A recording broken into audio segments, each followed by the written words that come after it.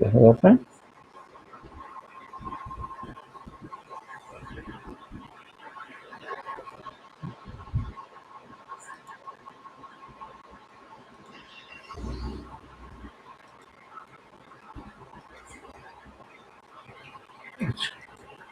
বলো, আগের দিনে কিছু অসুবিধা আছে কি? করেছো?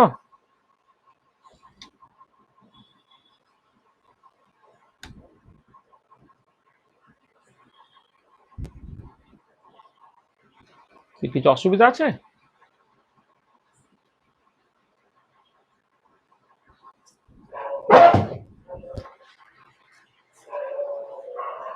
কি গো, কিছু অসুবিধা নেই তো?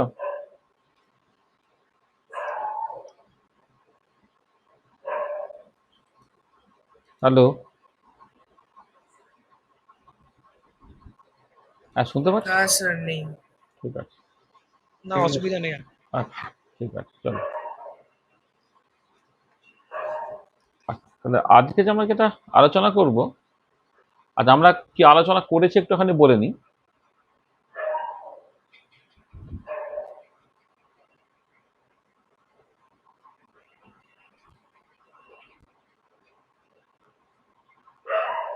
What we have discussed in the last lecture.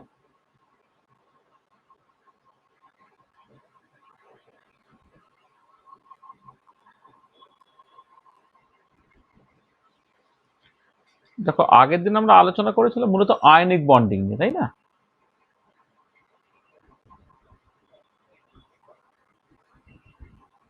Ionic bonding নিয়ে আলোচনা করেছিলাম। সেই আয়নিক বন্ডিং নিয়ে আলোচনা করতে গিয়ে আমরা সার্টেনলি তোমার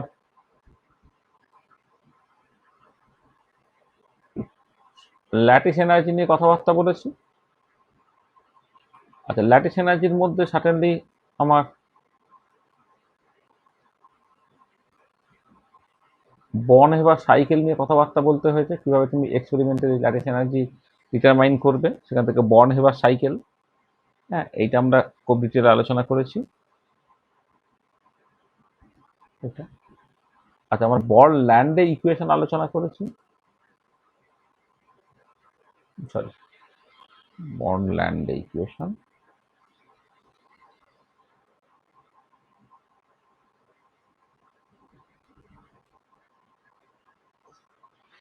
তার সঙ্গে মায়ের ইকুয়েশন, তারপর ক্যাপোটিনসি ইকুয়েশন, এইগুলো আলোচনা করেছি। এটা তারপরে আমরা সলভেশন এনার্জি নিয়ে আলোচনা করেছিলাম।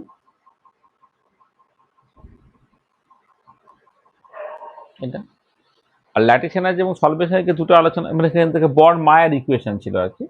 হ্যাঁ, তাহলে এবারে এই ল্যাটিস এনার্জি এবং সলভেশন এনার্জি এই দুটো আলোচনা করে এই কন্ডিশন অফ ডিজলিউশন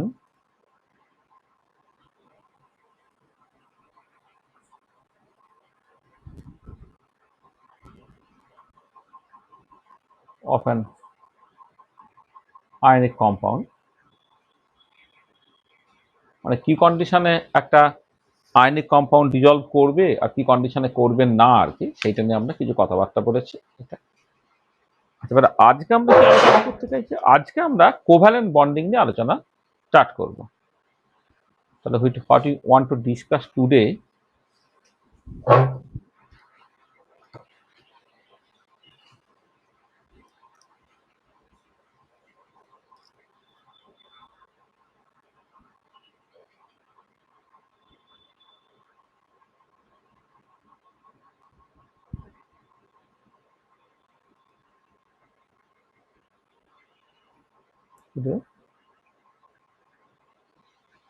আমরা কি আলোচনা করতে চলেছি সেই কনটেক্সটে আমরা আজকে মূলত পড়ব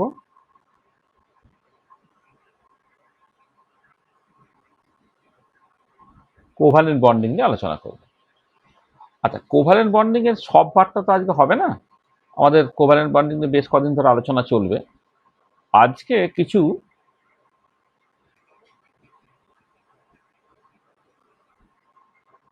এম্পিরিক্যাল কোভ্যালেন্ট বন্ডিং যেটা, সেটা নিয়ে আলোচনা করা। সেই আলোচনার মধ্যে ধরো তোমার থাকবে হচ্ছে এই মানে লুইস কাসেল মডেল আর কি।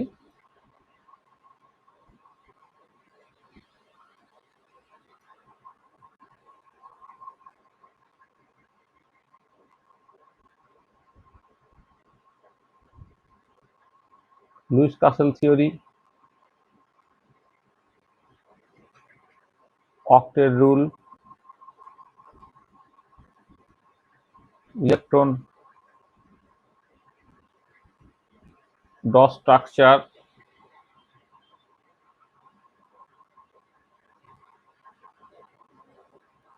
আয়নিক পোটেনশিয়াল, সেখান থেকে তোমার পোলারাইজিং পাওয়ার, পোলারাইজিবিলিটি মানে ফ্যাজান্স রুল, এগুলো। আর তার আগে ফর্ম্যাল চার্জ আছে, এক্সেট্রা। স্যার এই জিনিসগুলো আজকে আলোচনা করব। এর পরের ক্লাসে আমরা ভেসপার থিওরি নিয়ে কথাবার্তা বলবো, যেখান থেকে তুমি কোনো একটা শেপ অফ অরবিটাল তুমি কি করে বুঝবে সেইটা। এছাড়া আমার ডাইপোল মোমেন্ট নিয়ে আলোচনা আছে, হাইড্রোজেন বন্ডিং নিয়ে আলোচনা আছে, ইন্টারমলিকুলার ইন্টারাকশন, এইটা নিয়ে আমাদের কিছু আলোচনা করতে হবে। ইন্টারমলিকুলার ইন্টারাকশনসটা আমরা যেহেতু গেসিয়াস স্টেপ পড়ার সময় অলরেডি বলে দিয়েছিলাম, সেটা হয়তো আলাদা করে আর বলবো না, কিন্তু এটা আগে অলরেডি আমার মনে আছে। Dipole dipole, dipole induce dipole, induce dipole, induce dipole interaction, এসব কিছু আমরা আলোচনা করে দিয়েছি অলরেডি গেসিয়াস স্টেপ পড়ার সময়। হ্যাঁ, সেগুলো হয়তো আলোচনা করব না। এছাড়া তোমার যেটা করতে হবে এমও, মলিকুলার অরবিটাল থিওরি, এগুলো নিয়ে আলোচনা করতে হবে। তাহলে আমাদের কোভালেন্ট বন্ডিং নিয়ে আমাদের অ্যারাউন্ড আজকের দিনটাকে নিয়ে 4টে ক্লাস আমাদের পড়তে হবে আর কি।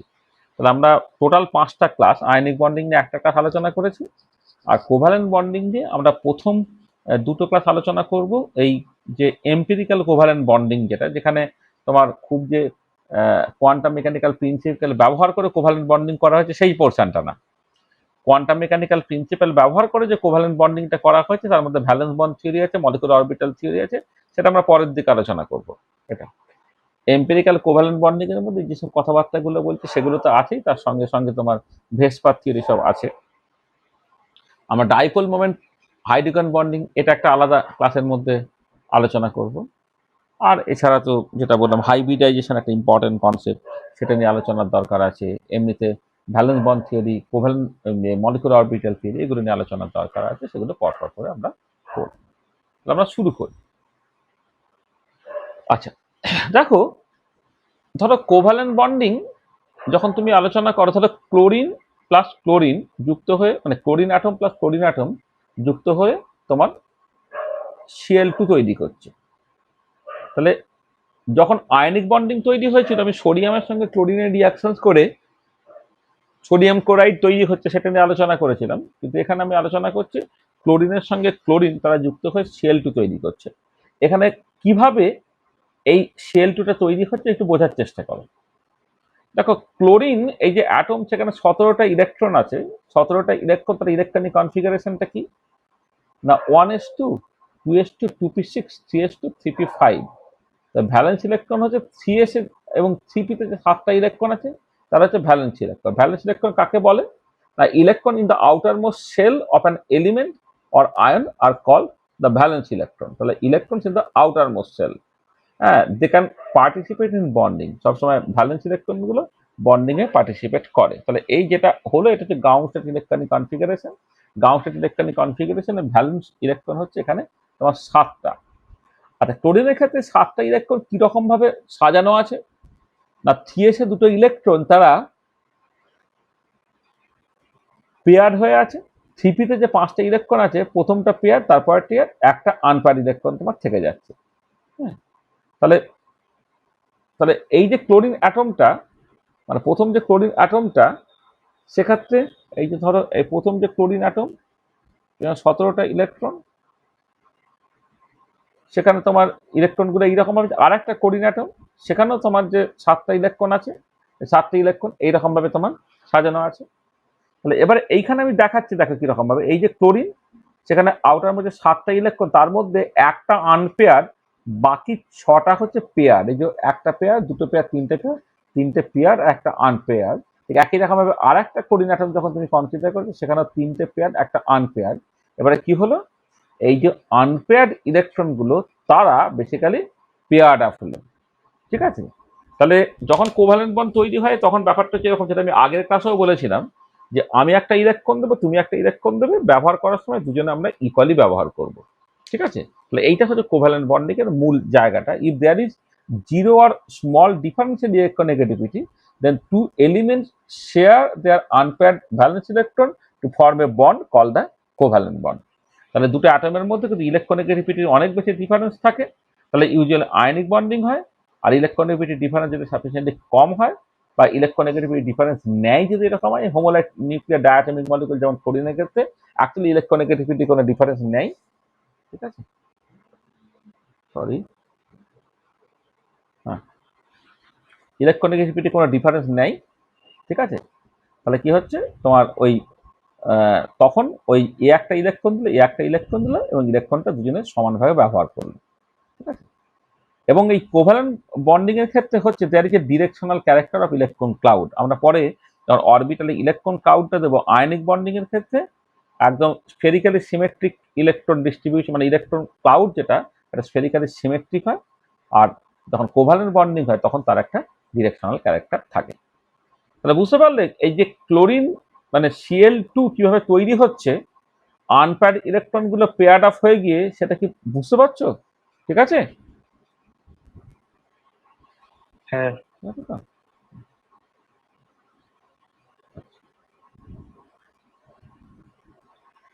আচ্ছা, এবারে কথাটা হচ্ছে যে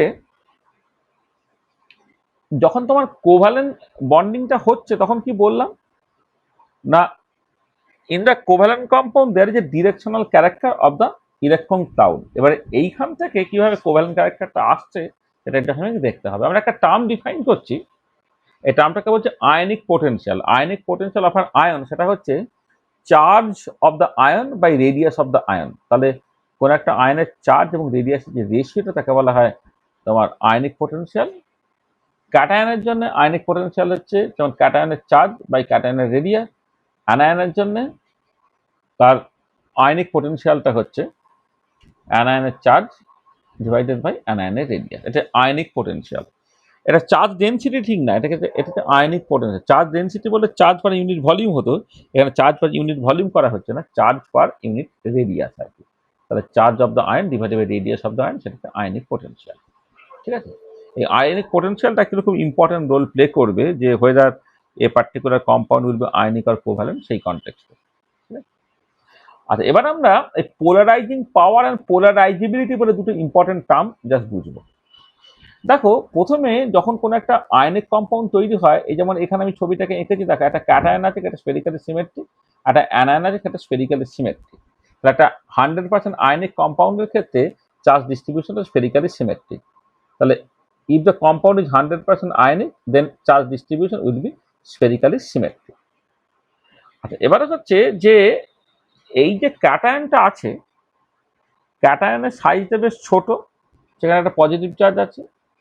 সে কি করে, সে তার নিয়ারেস্ট যে অ্যানায়নটা আছে তার সাইজ অ্যাকচুয়ালি বড়, সাইজ বড় হয়ে যাওয়ার জন্য তার ইলেকট্রন ক্লাউডের প্রতি তার কন্ট্রোলটা কম। মানে ক্যাটায়নের নিকের ইলেকট্রন ক্লাউডের প্রতি তার ভালোই কন্ট্রোল আছে, কারণ তার সাইজটা ছোট বলে তার ইলেকট্রন ক্লাউডটা বেশ টাইটলি বাউন্ড হয়ে আছে। আর অ্যানায়ন তার সাইজ বড় হয়ে যাওয়ার জন্য তার ইলেকট্রন ক্লাউডের উপর এই অ্যানায়নের যে নিউক্লিয়াস তার কন্ট্রোলটা বেশ কম। তখন কি হচ্ছে, এই যে ক্যাটায়ন তার একটা ক্ষমতা আছে, যে ক্ষমতার জন্য তার যে নেবারে যে অ্যানায়নটা আছে তার ইলেকট্রন ক্লাউডটাকে ডিফর্ম করে নেওয়ার, ক্যাটায়নের এই অ্যানায়নের ইলেকট্রন ক্লাউডকে ডিফর্ম করে নেওয়ার যে ক্ষমতা তাকে বলা হচ্ছে পোলারাইজিং পাওয়ার। আর অ্যানায়নের এই যে ইলেকট্রন ক্লাউডটা ডিফর্ম হয়ে যাওয়ার যে টেন্ডেন্সি তাকে বলা হচ্ছে পোলারাইজিবিলিটি। তাহলে দেখো, তাহলে ক্যাটায়ন সে কি করছে, মানে ক্যাটায়ন কি করতে পারে, সে তার নিজের ইলেকট্রনকে অ্যাট্রাক্ট করছে, অ্যাট দ্য সেম টাইম পাশে যে আছে তার ইলেকট্রনকেও অ্যাট্রাক্ট করছে। পাশে ইলেকট্রনকে অ্যাট্রাক্ট করার যে ক্ষমতাটা, সেই অ্যাট্রাক্ট করার জন্য কি করছে, পাশের যে ইলেকট্রন ক্লাউডটা যেটা স্ফেরিক্যালি সিমেট্রিক ছিল সেটা ডিফর্ম হয়ে গেল। এই ডিফর্ম করে দেওয়ার যে ক্ষমতাটা সেটা হচ্ছে পোলারাইজিং পাওয়ার। আর অ্যানায়ন তার এই ইলেকট্রন ক্লাউডের ডিফর্ম হয়ে যাওয়ার যে এবিলিটি তাকে বলা হচ্ছে পোলারাইজিবিলিটি। তাহলে the ability of cation to deform the electron cloud of an anion is called the polarizing power of cation. আর the tendency of the electron cloud of anion to be deformed is called the polarizability of the anion. তাহলে electron ক্লাউডের deform হয়ে যাওয়ার যে টেন্ডেন্সিটা সেটা হচ্ছে পোলারাইজেবিলিটি, আর ক্যাটায়নের এই যে electron ক্লাউডটাকে deform করে দেওয়ার যে ক্ষমতা তাকে বলা হচ্ছে পোলারাইজিং পাওয়ার। তাহলে পোলারাইজিং পাওয়ার আর পোলারাইজেবিলিটি এই জিনিসটা বুঝতে পারলে? ঠিক আছে? হ্যাঁ বুঝলি তো? এবং দেখো এই হ্যাঁ পোলারাইজিং পাওয়ারের জন্য কি হচ্ছে না, দেখো এই যে যেটা স্ফেরিক্যালি সিমেট্রিক চার্জ ডিস্ট্রিবিউশন ছিল, এই physically charge symmetric charge distribution একটা ডিফরমেশন চলে আসছে, এবং এই ডিফরমেশন আসার জন্য কি হচ্ছে, আয়নিক থেকে কোভ্যালেন্ট ক্যারেক্টারটা আসছে। কোভ্যালেন্ট কম্পাউন্ডের ক্ষেত্রে এই ইলেকট্রন ক্লাউডটা হচ্ছে ডিফর্ম হয়, আর আয়নিক কম্পাউন্ডের ক্ষেত্রে কিন্তু ইলেকট্রন ক্লাউডটা 100% আয়নিক কম্পাউন্ড যদি হতো তাহলে সেটা কিন্তু পুরোপুরি স্ফেরিক্যালি সিমেট্রিক থাকতো। তাহলে polarizing power of cation increase করবে with increasing ionic potential of cation. ঠিক আছে, মানে ক্যাটায়নের পোলারাইজিং পাওয়ারটা ইনক্রিজ করবে যত তোমার এই চার্জ বাই রেডিয়াস এই যে রেশিও, তত ionic potential of the cation যত বেশি হবে, পোলারাইজিং পাওয়ারটা সেটা বেশি হবে। That is higher the charge of cation and smaller the size of the cation, higher will be the polarizing power of the cation. তাহলে higher the charge of the cation and smaller the size of the cation, higher will be the polarizing power of the cation. আবার উল্টো দিকে অ্যানায়নের charge যদি বেশি হয় এবং অ্যানায়নের size যদি বড় হয়, তাহলে তার ইলেকট্রন ক্লাউডের উপরে তার নিজের যে নিউক্লিয়াস তার কন্ট্রোলটা কম থাকবে। ধরো আমি একটা এফ মাইনাস কম্পেয়ার করছি আর আই মাইনাস কম্পেয়ার করছি, আই মাইনাস যখন আমি কম্পেয়ার করব তখন সার্টেনলি যে তার সাইজ বড় হয়ে যাওয়ার জন্য তার তার যে বাইরে ইলেকট্রন ক্লাউডের প্রতি তার নিউক্লিয়াসের কন্ট্রোল কম। এছাড়া যদি তোমার অ্যানায়নের চার্জের পরিমাণ বেশি হয় তাহলে ইলেকট্রন ইলেকট্রন রিপালশন হয়ে যাওয়ার জন্য তোমার এফেক্টিভ নিউক্লিয়ার চার্জ কম হয়ে যাচ্ছে, সেখানেও হচ্ছে ইলেকট্রন ক্লাউডের প্রতি তার নিউক্লিয়াসের কন্ট্রোলটা খুব কম হয়ে যাবে, তার পোলারাইজেবিলিটিটা বেশি হবে। তাহলে higher the charge of the anion and larger the size of the anion, higher will be the polarizability of the anion. তাহলে কি হলো দেখো, যদি ক্যাটায়নের চার্জ বেশি হয় এবং সাইজ ছোট হয় তাহলে ক্যাটায়নের পোলারাইজিং পাওয়ার বেশি, আর অ্যানায়নের চার্জ যদি বেশি হয় এবং অ্যানায়নের সাইজ যদি বড় হয় তাহলে ইলেকট্রন ক্লাউডের ডিফর্ম হয়ে যাওয়ার টেন্ডেন্সি বেশি, সেগুলো তার পোলারাইজেবিলিটিটা বেশি হচ্ছে। আর higher the polarizing power of the cation and higher the polarizability of the anion, higher will be the deformation of the electron cloud and higher will be the covalent character. তাহলে covalent character বেশি হওয়া মানে হচ্ছে দুটো নিউক্লিয়াসের মধ্যে electron ক্লাউডটা চলে আসবে, দুটো নিউক্লিয়াসের মধ্যে ইলেকট্রন ক্লাউডটা ডিফর্ম হয়ে যদি আসতে হয় তাহলে ক্যাটায়নের পোলারাইজিং পাওয়ার বেশি হবে এবং অ্যানায়নের পোলারাইজেবিলিটিটা বেশি হবে। ঠিক একই রকম ভাবে lower the polarizing power of the cation and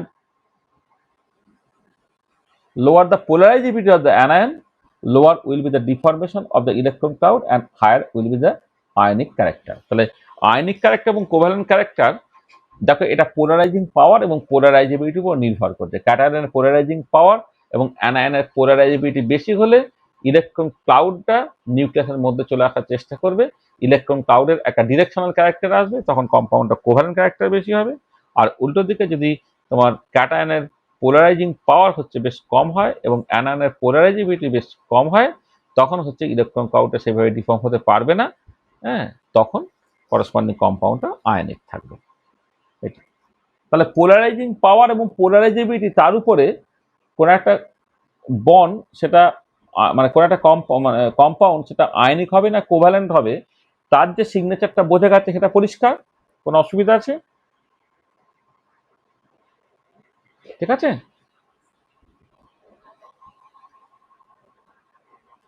ঠিক আছে, তো বুঝতে পেরেছো? হ্যাঁ বুঝি। আচ্ছা আচ্ছা, এই যে কনসেপ্টটাকে বলা হলো সেই কনসেপ্টের উপরে বেশ করেই হচ্ছে ফ্যাজানস রুল। বিজ্ঞানী ফ্যাজান তিনি কি বলছেন না, Fajans rule states that covalent character of a bond increases when cation has smaller size, cation has higher charge। দেখো এই যে দুটো যদি হয় যে ক্যাটায়নের সাইজ ছোট আর ক্যাটায়নের চার্জ বেশি, তার মানে হচ্ছে মানে পোলারাইজিং পাওয়ার বেশি হয়ে গেল, এটা হচ্ছে হায়ার দ্য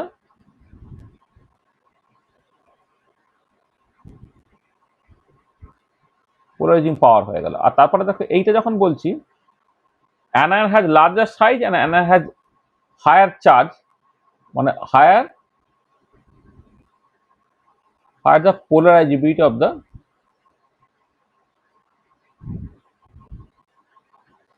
পোলারিজিবিলিটি অফ অ্যানায়ন হয়ে গেল,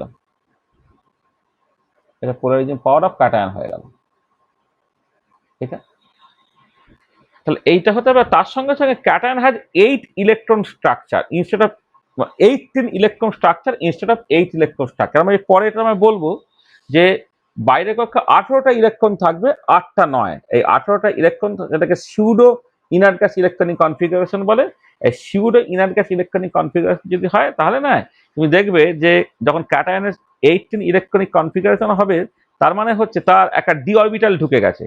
আর ডি অরবিটাল যখনই ঢুকে যাচ্ছে, ডি অরবিটালে ডি অরবিটালে পেনিট্রেশন পাওয়ার খুব কম, সেটা ডিফিউজ অরবিটাল, তার স্ক্রিনিং করার এবিলিটি খুব কম বলে এফেক্টিভ নিউক্লিয়ার চার্জটা কিন্তু 18 ইলেকট্রন সিস্টেমের ক্ষেত্রে বেশি হয় দেন 8 ইলেকট্রন সিস্টেম। তাহলে 18 ইলেকট্রন সিস্টেমের ক্ষেত্রে যেটা হবে, তোমার পোলারাইজিং পাওয়ারটা বেশি হয়ে যাবে।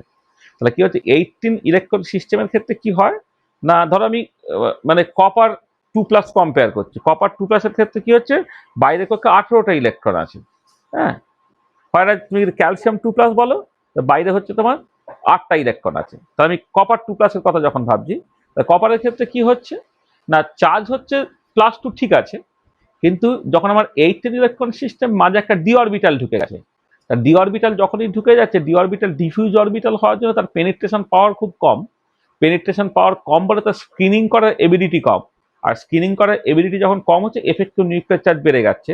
আর এফেক্টিভ নিউক্লিয়ার চার্জ বেড়ে গেলে তোমার পোলারাইজিং পাওয়ারটা বেড়ে যাচ্ছে। সেখানে ক্যাটায়নে যদি 18 ইলেকট্রন স্ট্রাকচার হয়, তাহলে কি হবে, তোমার ওই ইলেকট্রন ক্লাউডটা দুটো নিউক্লিয়াসের মাঝে আসার চেষ্টা করবে, তখন কোভ্যালেন্ট ক্যারেক্টারটা বেশি হবে।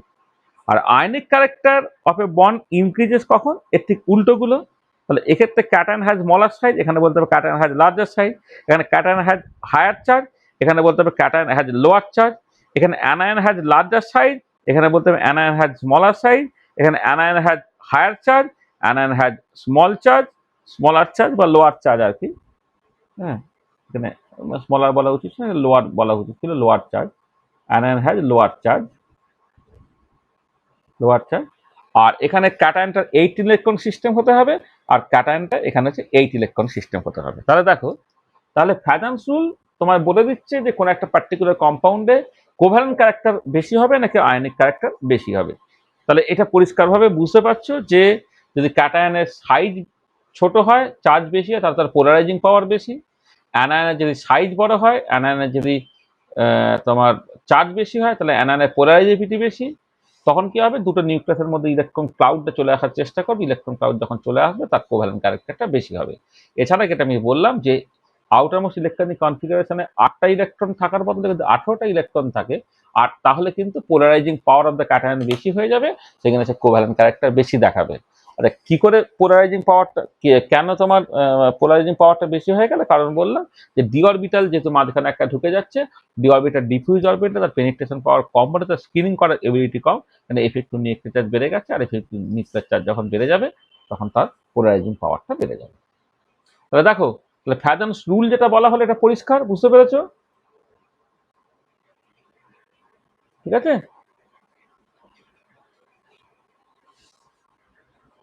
হয়েছে? এটা বুঝতে কোনো অসুবিধা হয়েছে?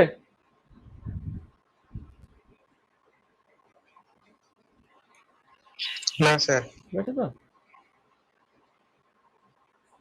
আচ্ছা, এবারে আমি এই ফ্যাজান্স রুল সেখান থেকে কোভ্যালেন্ট এবং আয়নিক ক্যারেক্টার সেই মতো করে কতগুলো আমি প্রপার্টি দেখছি।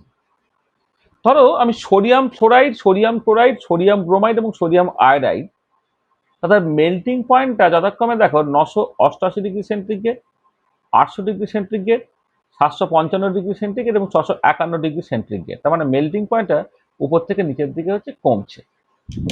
এটা কেন কমছে না, দেখবে আয়নিক কম্পাউন্ডের মেল্টিং পয়েন্ট বা বয়লিং পয়েন্ট বেশি হয় দ্যান দ্য কোভ্যালেন্ট কম্পাউন্ড। দেখো, ionic compound have higher melting point and boiling point than covalent compound. তাহলে এবারে এই পার্টিকুলার কেসে যখন তুমি M- থেকে I- এর দিকে যাচ্ছ, তখন কি হচ্ছে, দেখো এই এই সমস্ত ক্ষেত্রে ক্যাটায়ন গুলো এক্স্যাক্টলি একই। ক্যাটায়নের কোনো চার্জ কিছু কম্পেয়ার করে লাভ নেই, যা কম্পারিজনটা হবে সেটা অ্যানায়নের ক্ষেত্রে। আচ্ছা, অ্যানায়নের ক্ষেত্রে F-, Cl-, Br-, I- অর্থাৎ প্রত্যেকের চার্জটা সমান হয়ে যাচ্ছে। তো সাইজ কি হচ্ছে, সাইজ আস্তে আস্তে ইনক্রিজ করছে। যত সাইজ ইনক্রিজ করছে, পোলারাইজেবিলিটি ইনক্রিজ করছে। পোলারাইজেবিলিটি ইনক্রিজ করলে কোভ্যালেন্ট ক্যারেক্টার ইনক্রিজ করছে, কোভ্যালেন্ট ক্যারেক্টার ইনক্রিজ করলে মেল্টিং পয়েন্টটা কমে যাচ্ছে, দেখো, এবং সেটা এখানে রিফ্লেক্টেড হয়েছে। Similar situation lithium fluoride, lithium chloride, lithium bromide এবং লিথিয়াম আয়োডাইড, দেখো সিমিলার ট্রেন্ড। মেল্টিং পয়েন্টটা 870 degree centigrade, 613 degree centigrade, 547 degree centigrade and 446 degree centigrade, এটা। এবং এখানে দেখো মেল্টিং পয়েন্টটা কেমন করে ডিক্রিজ করছে। সিমিলারলি হচ্ছে অ্যালুমিনিয়াম ফ্লোরাইড, অ্যালুমিনিয়াম ক্লোরাইড এবং অ্যালুমিনিয়াম ব্রোমাইড যখন তুমি কনসিডার করছো, তখন মেল্টিং পয়েন্টটা ডিক্রিজ করছে। তার মানে প্রত্যেক ক্ষেত্রে এটা দাঁড়াচ্ছে যে ফ্লোরাইড থেকে ক্লোরাইড থেকে ব্রোমাইড থেকে আয়োডাইড যখন তুমি যাচ্ছ, সাইজটা আস্তে আস্তে ইনক্রিজ করছে বলে পোলারাইজিবিলিটি ইনক্রিজ করছে। আর পোলারাইজিবিলিটি ইনক্রিজ করলে কোভ্যালেন্ট ক্যারেক্টার ইনক্রিজ করে, আর কোভ্যালেন্ট ক্যারেক্টার ইনক্রিজ করলে তোমার মেল্টিং পয়েন্টটা ডিক্রিজ করে, ঠিক আছে? তাহলে এই যে এদের মেল্টিং পয়েন্ট আমি যখন কম্পেয়ার করছি, কেন মেল্টিং পয়েন্টের অর্ডারটা এরকম হলো, কেন সোডিয়াম ফ্লোরাইডের তুলনায় সোডিয়াম আয়োডাইডের মেল্টিং পয়েন্ট কম হচ্ছে, এই কারণটা তোমার কাছে পরিষ্কার হয়েছে? কোনো অসুবিধা আছে?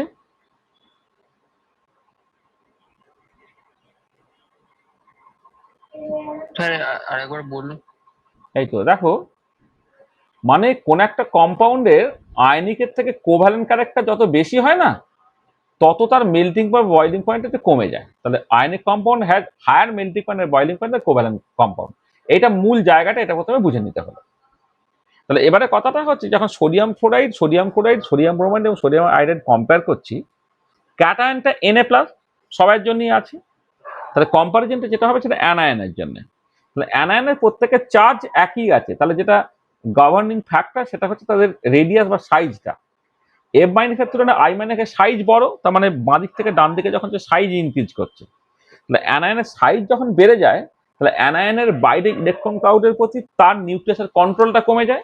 আর যখনই নিউক্লিয়াসের কন্ট্রোলটা কমে গেল, তখন পোলারাইজেবিলিটিটা ইনক্রিজ করলো, অর্থাৎ সেই ইলেকট্রন ক্লাউডটাকে সহজে ডিফর্ম করতে পারবে, অর্থাৎ অ্যানায়নের পোলারাইজেবিলিটিটা ইনক্রিজ করলো। আর অ্যানায়নের পোলারাইজেবিলিটিটা যদি ইনক্রিজ করে যায়, তাহলে কোভ্যালেন্ট ক্যারেক্টার ইনক্রিজ করে যায়, আর কোভ্যালেন্ট ক্যারেক্টার ইনক্রিজ করে গেলে মেল্টিং পয়েন্টটা ডিক্রিজ করে যায়। বুঝতে পেরেছো? হ্যাঁ। বুঝেছে? আচ্ছা আচ্ছা, এবারে দেখো এখানে আমি কম্পেয়ার করছি, এই তোমার ধরো lithium fluoride, sodium fluoride, potassium fluoride, বা lithium chloride, sodium chloride, potassium chloride, এদের প্রত্যেকটির ডেটাগুলো হয়তো কাছে নাই, হ্যাঁ, মানে ডেটাগুলো সবসময় মাথায় থাকে না, কিন্তু এটা কথা, যেমন লিথিয়াম সোডিয়াম ফ্লোরাইড এই দুটো তোমার ডেটা আছে। লিথিয়াম ফ্লোরাইডের মেল্টিং পয়েন্ট যেটা 870 ডিগ্রি সেন্টিগ্রেড, সেখানে সোডিয়াম ফ্লোরাইডের মেল্টিং পয়েন্টটা হচ্ছে তোমার 988 ডিগ্রি সেন্টিগ্রেড, ঠিক আছে? এরপরে পটাশিয়াম ফ্লোরাইড যদি করতে আরো বাড়তো, ঠিক একই রকমের লিথিয়াম ক্লোরাইড, সোডিয়াম ক্লোরাইড বা পটাশিয়াম ক্লোরাইড মেল্টিং পয়েন্ট উপর থেকে নিচের দিকে বাড়ে। আর এবারে কথাটা হচ্ছে, এই যে আমি এক্স্যাক্টলি ডেটাগুলো তোমাকে দিতে পারছি না, কিন্তু এই যে মেল্টিং পয়েন্টটা বাড়লো, ঠিক আছে, তাহলে বাড়লো কেন? তাহলে আবার সে ফ্যাজান সুজ দিয়ে ব্যাখ্যা। দেখো প্রত্যেক ক্ষেত্রে ফ্লোরাইড অর্থাৎ অ্যানায়নটা কিন্তু কমন, তা যখন আমি কম্প্যারিজনটা করছি, 1 মিনিট দাঁড়া তো, যেটা পাবো কোথাও, 1 সেকেন্ড।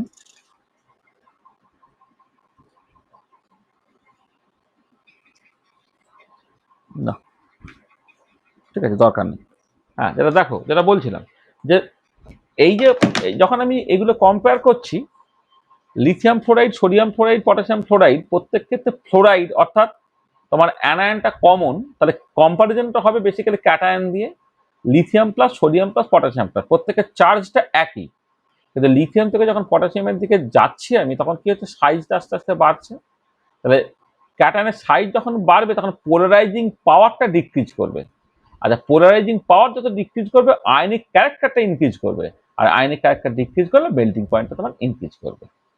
তাহলে যত ক্যাটায়নের সাইজটা বড় হবে, তার পোলারাইজিং পাওয়ারটা অর্থাৎ তার নিজের বাইরের কক্ষ এবং তার নেবারিং যে সমস্ত অন্যান্য আয়নসগুলো আছে বা মূলত অ্যানায়নসগুলো আছে, তাহলে ইলেকট্রন ক্লাউডটাকে টানার যে টেন্ডেন্সি, দেখা যায় পোলারাইজিং পাওয়ার আর কি, পোলারাইজিং পাওয়ারটা ডিক্রিজ করবে। আর পোলারাইজিং পাওয়ার যখন ডিক্রিজ করবে, তখন আয়নিক ক্যারেক্টারটা ইনক্রিজ করে যাবে, আয়নিক ক্যারেক্টার ইনক্রিজ করলে মেল্টিং পয়েন্টটা ইনক্রিজ করবে। এবং সেই ট্রেন্ডটা তোমার lithium fluoride, sodium fluoride potassium fluoride এদের ক্ষেত্রে যেমন তুমি দেখছো, lithium chloride sodium chloride potassium ক্লোরাইডের ক্ষেত্রে তুমি একই রকম ভাবে দেখতে পাবে। ঠিক আছে, বুঝতে পারলে?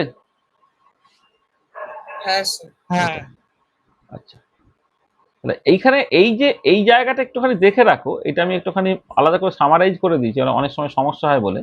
With increase in ionic character generally কি হয় না, melting point and boiling point increase করে, সলিবিলিটি ইন পোলার সলভেন্ট সেটা ইনক্রিজ করে, কন্ডাক্টিভিটিটা ইনক্রিজ করে, আর কালার ইন্টেন্সিটিটা তোমার ডিক্রিজ করে। মানে কোভ্যালেন্ট কম্পাউন্ড হলে কম্পাউন্ডগুলো কালার হয়, আয়নিক কম্পাউন্ড হলে কম্পাউন্ডগুলো মূলত হচ্ছে তোমার কালারলেস হয়। এখানে খেয়াল রাখবে আয়নিক ক্যারেক্টার বাড়ার সাথে সাথে কিন্তু এই প্রপার্টিগুলো হোল্ড করে। ঠিক উল্টোটা, যদি তোমার কোভ্যালেন্ট ক্যারেক্টার ইনক্রিজ করে তাহলে হচ্ছে এগুলো উল্টো হয়ে যাবে, মেল্টিং পয়েন্ট বা বয়লিং পয়েন্ট তোমার ডিক্রিজ করবে, সলিবিলিটি ইন পোলার সলভেন্ট সেটা ডিক্রিজ করবে, হ্যাঁ, কন্ডাক্টিভিটি তোমার ডিক্রিজ করবে, আর কালার ইন্টেন্সিটি তোমার ইনক্রিজ করবে। ঠিক আছে, তাহলে এখানে একটু আমি লিখে রাখতে পারি তোমার, এটা হচ্ছে উইথ এর ঠিক অপোজিটটা, with increase in covalent character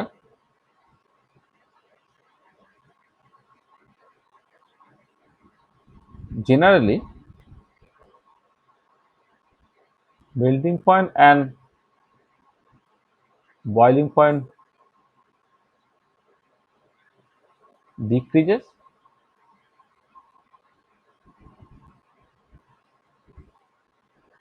solubility in polar solvent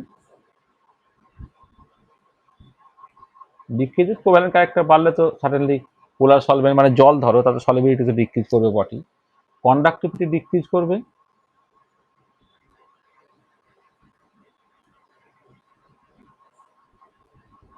conductivity decreases, আর হচ্ছে কালার ইন্টেন্সিটি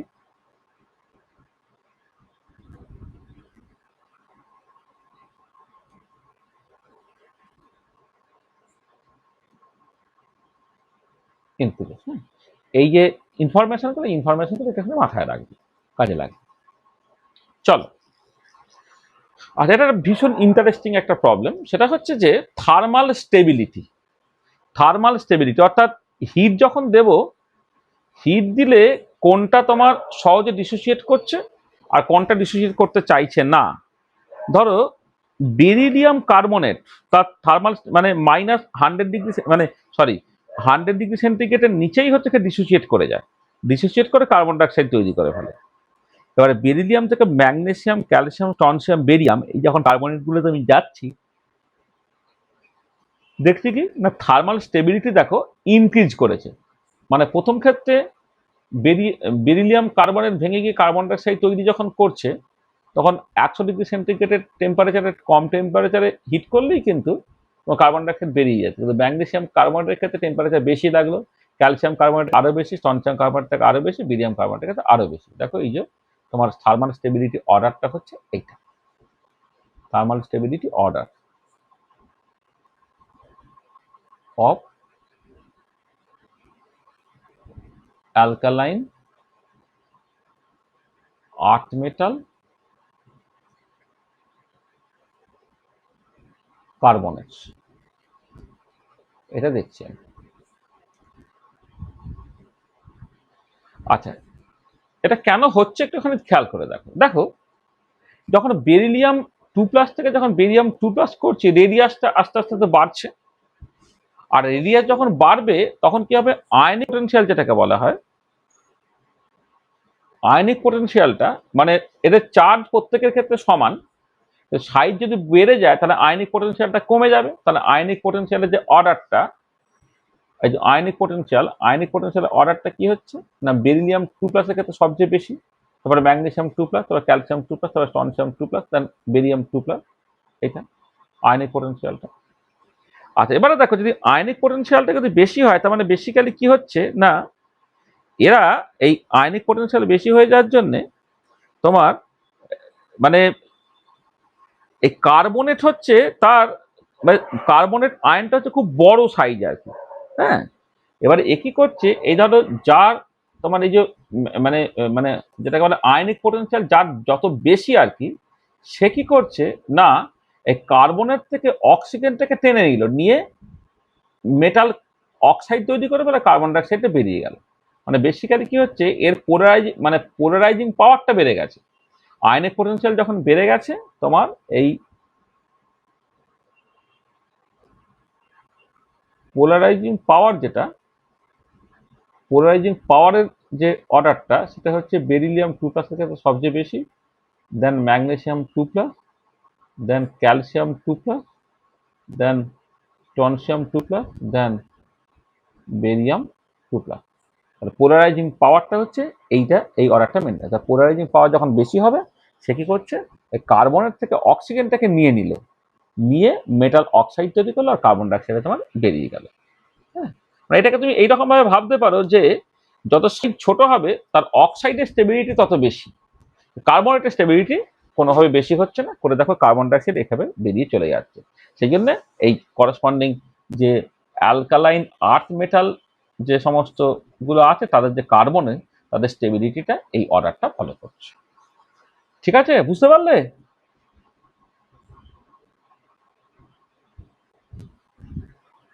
হ্যাঁ স্যার। আচ্ছা, ঠিক সিমিলার সিচুয়েশন হচ্ছে thermal stability of সালফেটস।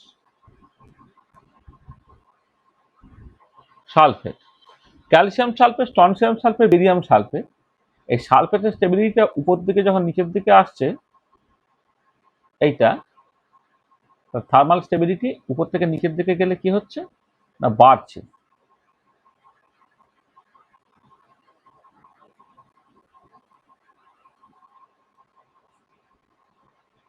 Thermal stability increase, অর্থাৎ ক্যালসিয়াম সালফেট যত সহজে ডিসোসিয়েট করে যায়, করে ক্যালসিয়াম অক্সাইড এবং সালফার ট্রাইঅক্সাইড তৈরি করে, বেরিয়াম সালফেট অত সহজে করে না। এক্ষেত্রে ঠিক একই রকম ভাবে তোমার রেডিয়াসের যে অর্ডারটা, ক্যালসিয়াম 2+ থেকে বেরিয়াম 2+টা বেশি।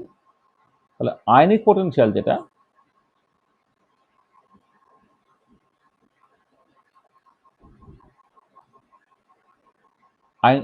আয়নিক পোটেনশিয়ালটা এই অর্ডার ফলো করছে। ক্যালসিয়াম 2+ এর ক্ষেত্রে আয়নিক পোটেনশিয়ালটা বেশি দেন বেরিয়াম 2+। তাহলে পোলারাইজিং পাওয়ার, এটা যদি হয়, তাহলে পোলারাইজিং পাওয়ার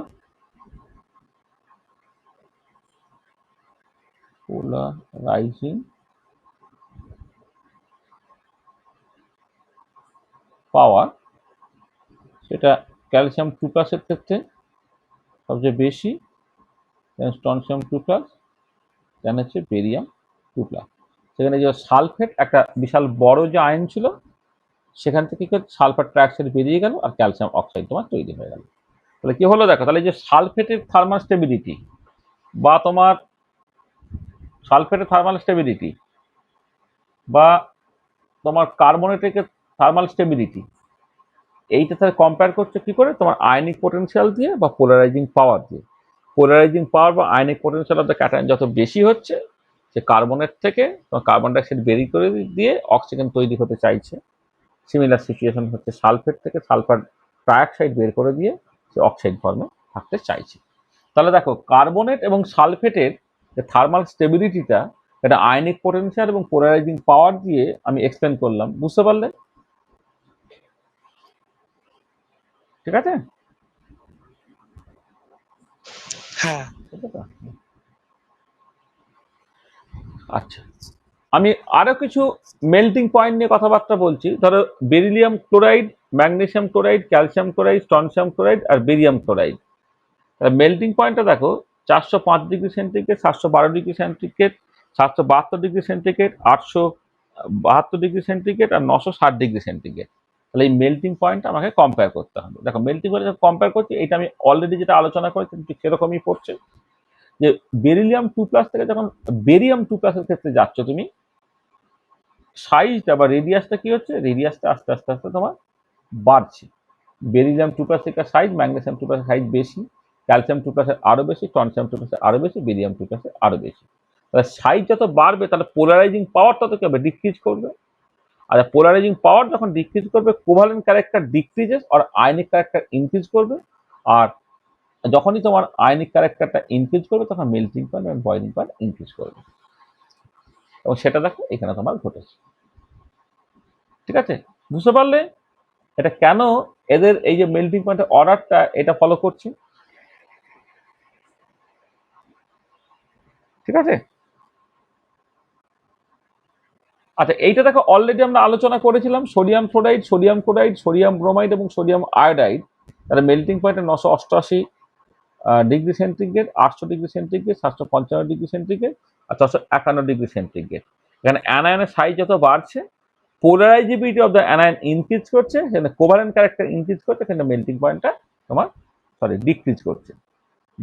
মেল্টিং পয়েন্টটা এখানে ডিক্রিজ করছে, মেল্টিং পয়েন্টে ডিক্রিজেস, মেল্টিং পয়েন্টে ডিক্রিজ করছে, হ্যাঁ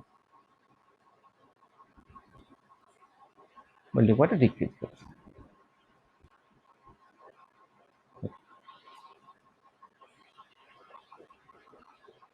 আচ্ছা, সিমিলার যে ট্রেন যেটা আগে অলরেডি আলোচনা করেছে, আবার এখানে আরেকবার করা হয়েছে যে calcium fluoride, calcium fluoride, calcium bromide এবং ক্যালসিয়াম আয়োডাইড যে ডেটাগুলো দেওয়া আছে তার রেসপেক্টে ক্যালসিয়াম ফ্লোরাইডের মেল্টিং পয়েন্ট এখানে 1392 ডিগ্রি সেন্টিগ্রেড, ক্যালসিয়াম ক্লোরাইডের 772 ডিগ্রি সেন্টিগ্রেড, ক্যালসিয়াম ব্রোমাইডের 730 ডিগ্রি সেন্টিগ্রেড এবং ক্যালসিয়াম আয়োডাইডের 575 ডিগ্রি সেন্টিগ্রেড।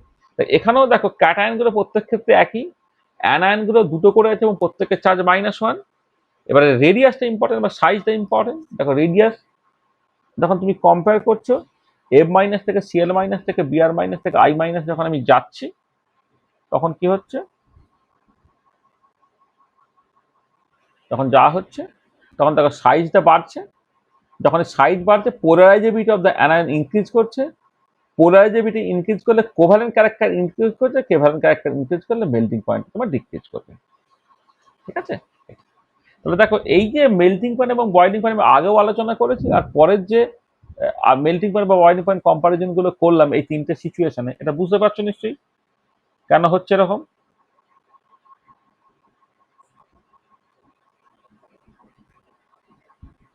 হ্যাঁ স্যার। হ্যাঁ, কম্পারিজন মেল্টিং পয়েন্ট।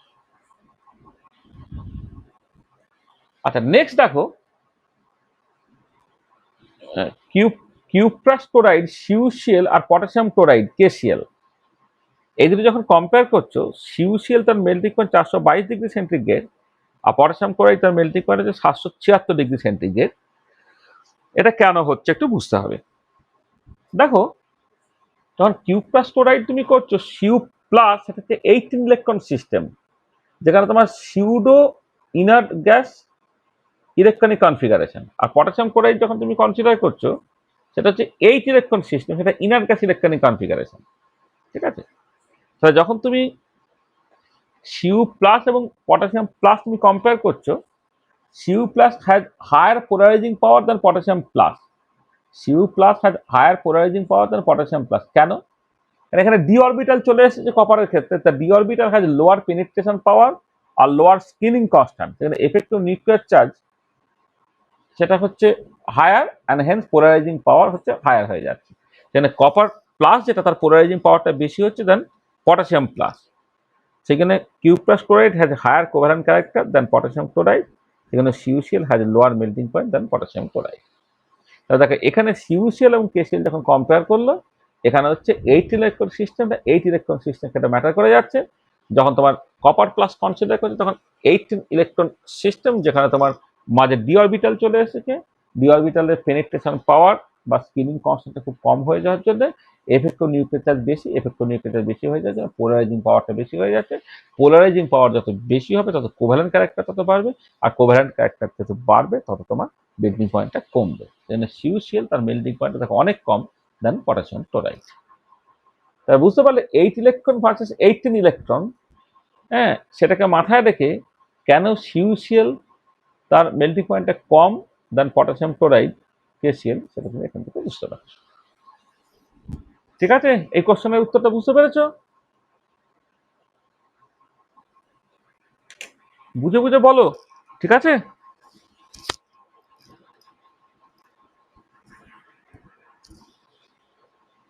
ঠিক আছে তো?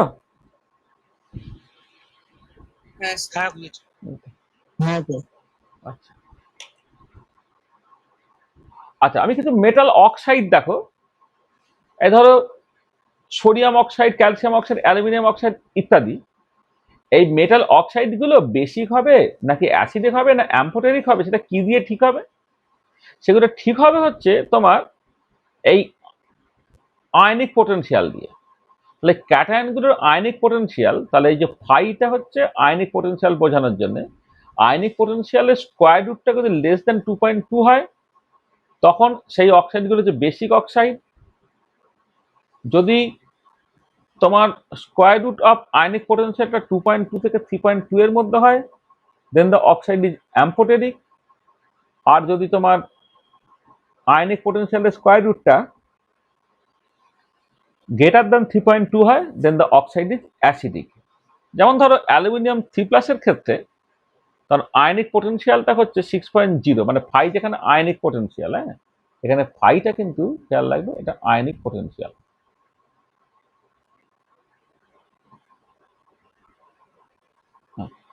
তো দেখো অ্যালুমিনিয়াম 3+ এর ফাইটা হচ্ছে 6.0, মানে square root of ionic potential করলে এটা 2.45 হচ্ছে। দেখো 2.45টা 2.2 এবং 3.2 এর মধ্যে, সেখানে অ্যালুমিনিয়াম অক্সাইড সেটা হচ্ছে তোমার অ্যাম্ফোটেরিক হয়ে যায়। এটা 2.2 থেকে 3.2 এর মধ্যে অ্যাম্ফোটেরিক হয়ে যায়।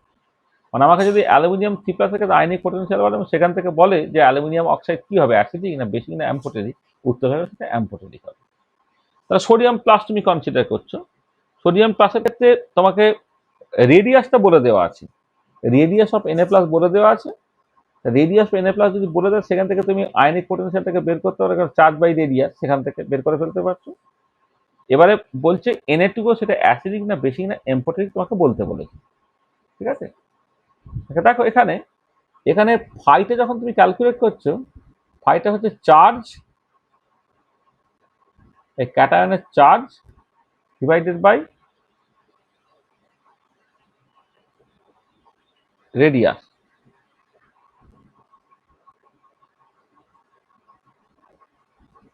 Charge of cation by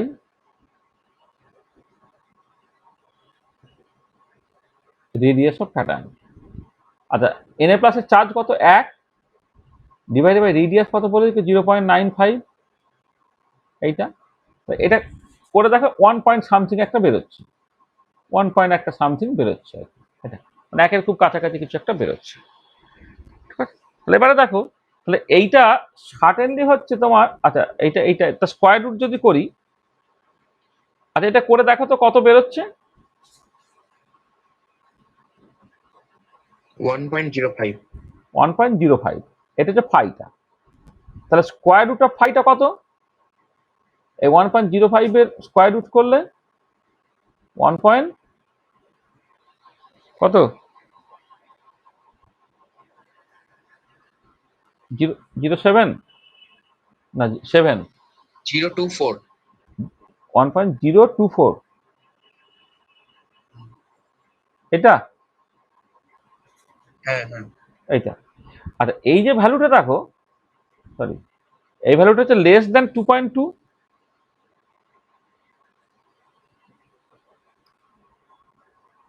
less than 2.2। এবারে দেখো square root of ionic potential less than 2.2 হয়, সেটা কি হবে, অক্সাইডটা বেসিক হবে। তাই এটা ইমপ্লাই করবে কি Na2O, সোডিয়াম অক্সাইড যেটা ইজ বেসিক। তাহলে আয়নিক পোটেনশিয়াল ফাই যদি তোমাকে সাপ্লাই দেওয়া থাকে, তাহলে আয়নিক পোটেনশিয়ালের স্কোয়ার রুট নাও। দেখো স্কোয়ার রুটটা 2.2 এর থেকে নিচে হলে সেটা বেসিক, 2.2 থেকে 3.2 এর মধ্যে হলে সেটা অ্যাম্ফোটেরিক, আর 3.2 এর থেকে বেশি হলে সেটা হয়ে যাচ্ছে তোমার অ্যাসিডিক। ঠিক আছে, স্যার অ্যাম্পোটারিং মানে কি বলুন? অ্যাম্ফোটেরিক মানে উভধর্মী যেটাকে বলা হয়, মানে সে মানে বেসিক মানে কি, বেসিক মানে হচ্ছে এর যদি অ্যাকোয়াস সলিউশনটা তুমি নাও, সেটা তোমার অ্যালকালাইন বা বেস তৈরি করবে। আর অ্যাসিডিক মানে হচ্ছে তার যদি তুমি অ্যাকোয়াস সলিউশন নাও সেটা হচ্ছে অ্যাসিড তৈরি করবে। আর অ্যাম্ফোটেরিক মানে হচ্ছে সে অ্যাসিডের সঙ্গে রিয়াকশন করে, বেসিকের সঙ্গেও রিয়াকশন করে, উভধর্মী যেটাকে বলা হয় আর কি। যেমন জিঙ্ক অক্সাইড, অ্যালুমিনিয়াম অক্সাইড, তারা সব অ্যাম্ফোটেরিক অক্সাইড হয় না? হ্যাঁ, সোডিয়াম অক্সাইড, ক্যালসিয়াম অক্সাইড হচ্ছে বেসিক অক্সাইড। হ্যাঁ, আবার কোনো কোনো অক্সাইড হচ্ছে তোমার অ্যাসিডিক অক্সাইড, যেমন ধরো কার্বন ডাইঅক্সাইড একটা অ্যাসিডিক অক্সাইড, ওটা জলে মেশালে হচ্ছে কার্বনিক অ্যাসিড তৈরি হচ্ছে। আর যখন তোমার অ্যালুমিনিয়াম অক্সাইড বা জিঙ্ক অক্সাইড করবে, সে একাধারে অ্যাসিডের সঙ্গে বিক্রিয়া করে, বেসের সঙ্গে বিক্রিয়া করে। ঠিক আছে? Okay. চার রকমের অক্সাইড আছে না, অ্যাসিডিক, বেসিক মানে আম্লিক, ক্ষারীয়, প্রশম, আর হচ্ছে এই উভধর্মী। এটা হচ্ছে উভধর্মীর কথা বলা হচ্ছে। আচ্ছা আচ্ছা, দেখো এই যে silver fluoride, silver chloride, silver bromide এবং সিলভার আয়োডাইড, এদের যখন তুমি কম্পেয়ার করছো দেখতে পাওয়া যাচ্ছে silver fluoride colourless, silver chloride হচ্ছে হোয়াইট, সাদা, সিলভার ব্রোমাইড হচ্ছে লাইট ইয়েলো, আর সিলভার আয়োডাইড হচ্ছে ডিপ ইয়েলো। এই যে কালার ইন্টেন্সিটিটা এদিক থেকে এদিকে যে বাড়ছে, এই যে এদিক থেকে এদিকে কালার ইন্টেন্সিটিটা দেখো বাড়ছে।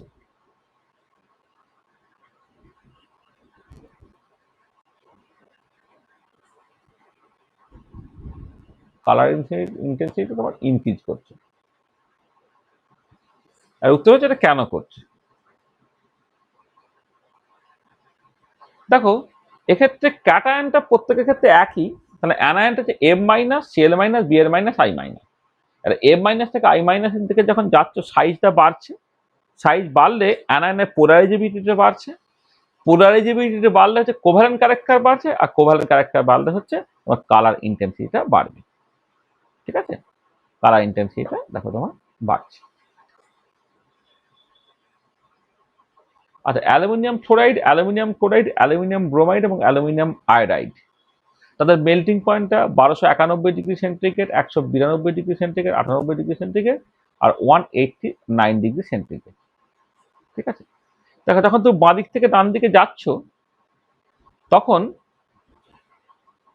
এই এল আই থ্রিটাকে বাদ দিলে বাকিদের ক্ষেত্রে কি হচ্ছে, তুমি দেখো এল এফ থ্রি থেকে এল সিএল থ্রি থেকে এল বিআর থ্রি যখন তুমি কম্পেয়ার করলে এই পর্যন্ত তোমার কি হচ্ছে না, মেল্টিং পয়েন্টটা কমেছে। কেন কমেছে? এফ মাইনাস থেকে সিএল মাইনাস থেকে বিআর মাইনাস এবং আই মাইনাস এখানে ইনক্লুড করছি, কিন্তু আই মাইনাসের ক্ষেত্রে একটা অন্যরকম ঘটনা ঘটে, সেটা আমি পরে বলছি। এক্ষেত্রে কিন্তু পোলারাইজেবিলিটি অফ অ্যানায়ন ইনক্রিজ করছে, মানে এক্ষেত্রে মানে মানে এফ মাইনাস থেকে যখন আই মাইনাসের দিকে যাচ্ছি, সাইজটা যেহেতু সাইজ অফ দ্য অ্যানায়ন যেহেতু বেড়ে গেল, তার পোলারাইজেবিলিটি অফ দ্য অ্যানায়ন সেটা ইনক্রিজ করছে, মানে কোভ্যালেন্ট ক্যারেক্টার ইনক্রিজ করছে। সেটা মেল্টিং পয়েন্টের এই অর্ডারটা হওয়া উচিত ছিল। Melting point order should be, melting point order should be এইটা। কিন্তু এল আই থ্রির ক্ষেত্রে দেখো এক্সেপশন হয়েছে, এই যে এইটা আরো কমার কথা কিন্তু বেড়ে গেছে। কেন? তার কারণটা হচ্ছে যে তোমার L I three exist as the polymeric form. হ্যাঁ, মানে এক মিনিট,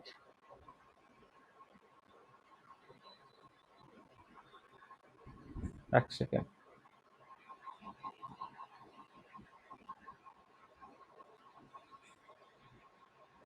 হ্যাঁ, দেখো এরা হচ্ছে পলিমারিক ফর্মে থাকে। এরা পলিমারিক ফর্মে,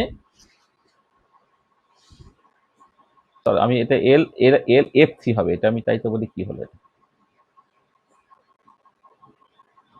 দেখো এটা কি হচ্ছে, আচ্ছা একটা জিনিস খেয়াল করে দেখো যে এল এফ থ্রি তার মেল্টিং পয়েন্ট এনারমাসলি হাই, এটা এনারমাসলি অনেকটা হাই।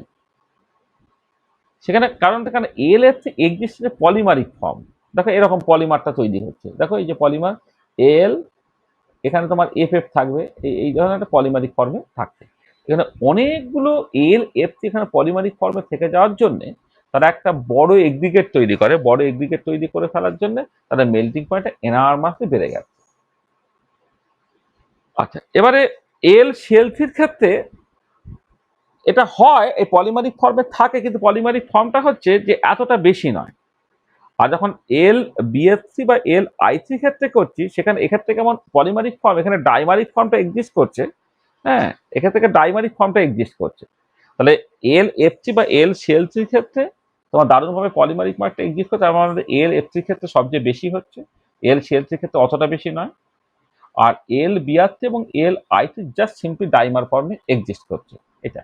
সেই জন্য এল এফসির ক্ষেত্রে অ্যাকচুয়ালি তার মানে এফেক্টিভ যে মলিকুলার ওয়েটটা এনার্মাসলি বেড়ে যাচ্ছে বলে এল এফসির ক্ষেত্রে তার মেল্টিং পয়েন্ট এনার্মাসলি বেশি হয়ে যাচ্ছে। তারপরে অ্যালুমিনিয়াম করে, তারপরে অ্যালুমিনিয়াম ব্রোমাইড। আর অ্যালুমিনিয়াম ব্রোমাইড এবং অ্যালুমিনিয়াম আয়োডাইডের মধ্যে অ্যালুমিনিয়াম আয়োডাইডের ক্ষেত্রে তার তার সাইজটা বড় হয়ে যাচ্ছে, মানে তার মোলার মাসটা বেড়ে গেল। মোলার মাসটা বেড়ে গেলে না, যেটাকে বলে ইনডিউস ডাইপোল ইন্টারাকশন, বা যেটাকে অনেক সময় লন্ডন ডিসপারশন ইন্টারাকশনটা, সেটা যথেষ্ট বেশি হয়ে যায় বলে তার মেল্টিং পয়েন্টটা দেখো আরো কমার বদলে অ্যাকচুয়ালি তোমার বেড়ে গেছে।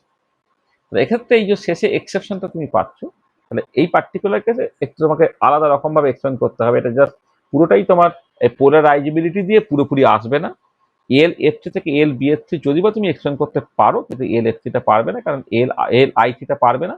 কারণ এল আইসির ক্ষেত্রে যেটা হচ্ছে যে তার আয়োডিন থেকে যাওয়ার জন্য তার মলিকুলার ওয়েটটা অনেকটা বেশি, তাহলে এটা অনেকটা বেশ বড় মলিকুল। যখনই বড় মলিকুল হয়ে যাবে তখন ইন্ডিউস ডাইপোল ইন্টারাকশন বা লন্ডন ডিসপারশন ইন্টারাকশন কত স্ট্রং হয়ে যায়, সেই জন্য এল আইসি মেল্টিং পয়েন্টটা বেশ বেড়ে গেছে। আর এল এফসি এইখানে এটা অ্যাবনর্মালি বেশি। দেখো বাকি যখন আমি কম্পেয়ার করছিলাম মেল্টিং পয়েন্ট বা ইত্যাদিগুলো, দেখো যা কিছু কম্পেয়ার করেছে মোটামুটি একটা রেঞ্জের মধ্যে আছে। হ্যাঁ, 1392, 772, 730 এটা। আর এখানে হঠাৎ করে প্রথমটা থেকে পরেরটা হচ্ছে অনেকটা কম, কারণ এর ক্ষেত্রে হচ্ছে অনেক বেশি ভাবে সে পলিমারিক ফর্মে এক্সিস্ট করছে। এল সিএলসি বা এল বিএসসি বা এল আইসি অতটা ফর্মে থাকতে পারছে না। তাহলে এই রেজাল্টটা মনে থাকবে তো। এইটা দেখো, এটা এক্সেপশন, এই অর্ডারটাকে খেয়াল করো। এই যখন এক্সেপশন থাকে সেটাই কিন্তু কম্পিটিটিভ এক্সামে দেয়। তা তুমি কি করছো, এতক্ষণ পর্যন্ত ফ্যাজান সুল দিয়ে সবকে এক্সটেন্ড করে ফেলার চেষ্টা করছো, কিন্তু ফ্যাজান সুলের অনেক ব্যতিক্রম আছে। দেখো এইখানে তুমি দেখতে পাচ্ছ এল এফসি থেকে যখন এল আইসি হচ্ছে, তোমার এক্সপেকটেশন অনুযায়ী এরকম করতে চাইবে তুমি, যে মেল্টিং পয়েন্টের অর্ডারটা হচ্ছে এল এফসি সবচেয়ে বেশি, তখন এল সিএলসি, তারপর এল বিএফসি, এল আইসি, এরকম তুমি এক্সপেক্ট করবে, কিন্তু বাস্তবে তা হচ্ছে না। এল আইসির ক্ষেত্রে দেখো এই কমতে কমতে এটা কিন্তু বেড়ে গেছে। দেখো এই এক্সেপশনটাকে মাথায় রাখবে। এখানে আমি বলে দিচ্ছি নোট দ্য এক্সেপশন। এক্ষেত্রে হচ্ছে নোট নো এক্সেপশন। ঠিক আছে, তাহলে এক্সেপশনটা মাথায় থাকবে তো। ঠিক আছে, হ্যাঁ এই এক্সেপশনটা মাথায় রাখবে কিন্তু। দেখো পিবি সিএল টু হচ্ছে হোয়াইট আর পিবি আই থ্রি ইয়েলো। কেন? কারণ ওই একই সিএল মাইনাস এবং আই মাইনাস যদি কম্পেয়ার করো, সিএল মাইনাস আই মাইনাসের সাইজ বেশি হয়ে যাওয়ার জন্য polarizability of the anion increase করছে। আর পোলারাইজেবিলিটি অফ দ্য অ্যানায়ন যত ইনক্রিজ করবে, কোভারেন্ট ক্যারেক্টার ইনক্রিজ করবে, কোভারেন্ট ক্যারেক্টার ইনক্রিজ করলে কালার ইন্টেন্সিটি তোমার ইনক্রিজ করবে। সেজন্য PB CL two white, PB I two কিন্তু তোমার ইয়েলো হয়ে যাবে। তো দেখো এই যে আয়নিক পোটেনশিয়াল এবং ফ্যাজান স্টুল, সেই রিলেটেড বেশ কিছু প্রবলেম আমরা আলোচনা করে ফেললাম। তাহলে এই যতখানি বলেছি এই পর্যন্ত কারো যদি কিছু অসুবিধা থাকে একটুখানি বলে না। আমরা যেটা জিনিসটা আলোচনা করেছি, আয়নিক পোটেনশিয়াল কি আলোচনা করেছি, পোলারাইজিং পাওয়ার বলতে কি বুঝছো, পোলারাইজিবিলিটি বলতেই বা কি বুঝছো, এগুলো আমরা আলোচনা করে ফেলেছি। তারপরে ফ্যাজান স্টুলের কথাটা বলেছি, এবং ফ্যাজান স্টুলের ফ্যাজান স্টুল এবং আয়নিক পোটেনশিয়ালের ভ্যারিয়াস কাইন্ড অফ অ্যাপ্লিকেশন আমরা আলোচনা করলাম। দেখো ততখানি বলেছি, সেই পর্যন্ত সব ঠিকঠাক আছে কিনা আগে একটু বল। ঠিক আছে,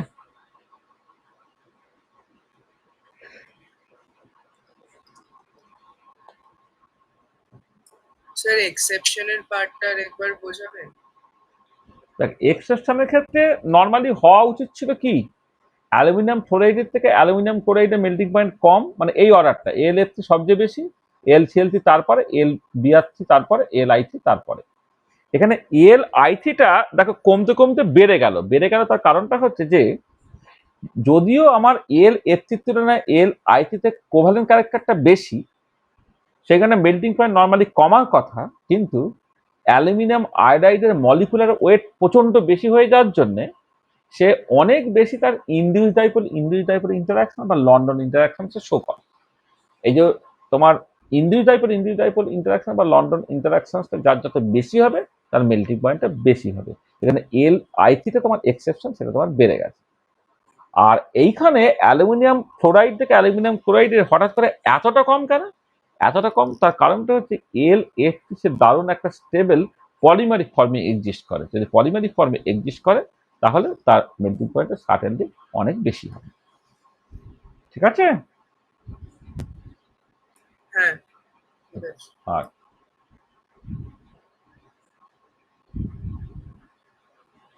আচ্ছা, আরেকটা দেখো, এই যে এটা আমি অলরেডি আলোচনা করেছি, এটা অলরেডি আলোচনা করে দিয়েছি যে silver chloride, silver bromide, silver iodide colourless থেকে হোয়াইট থেকে লাইট ইয়েলো থেকে ডিপ ইয়েলো, এই যে ইন্টেন্সিটিটা, এইটা হচ্ছে তোমার কালার ইন্টেন্সিটি।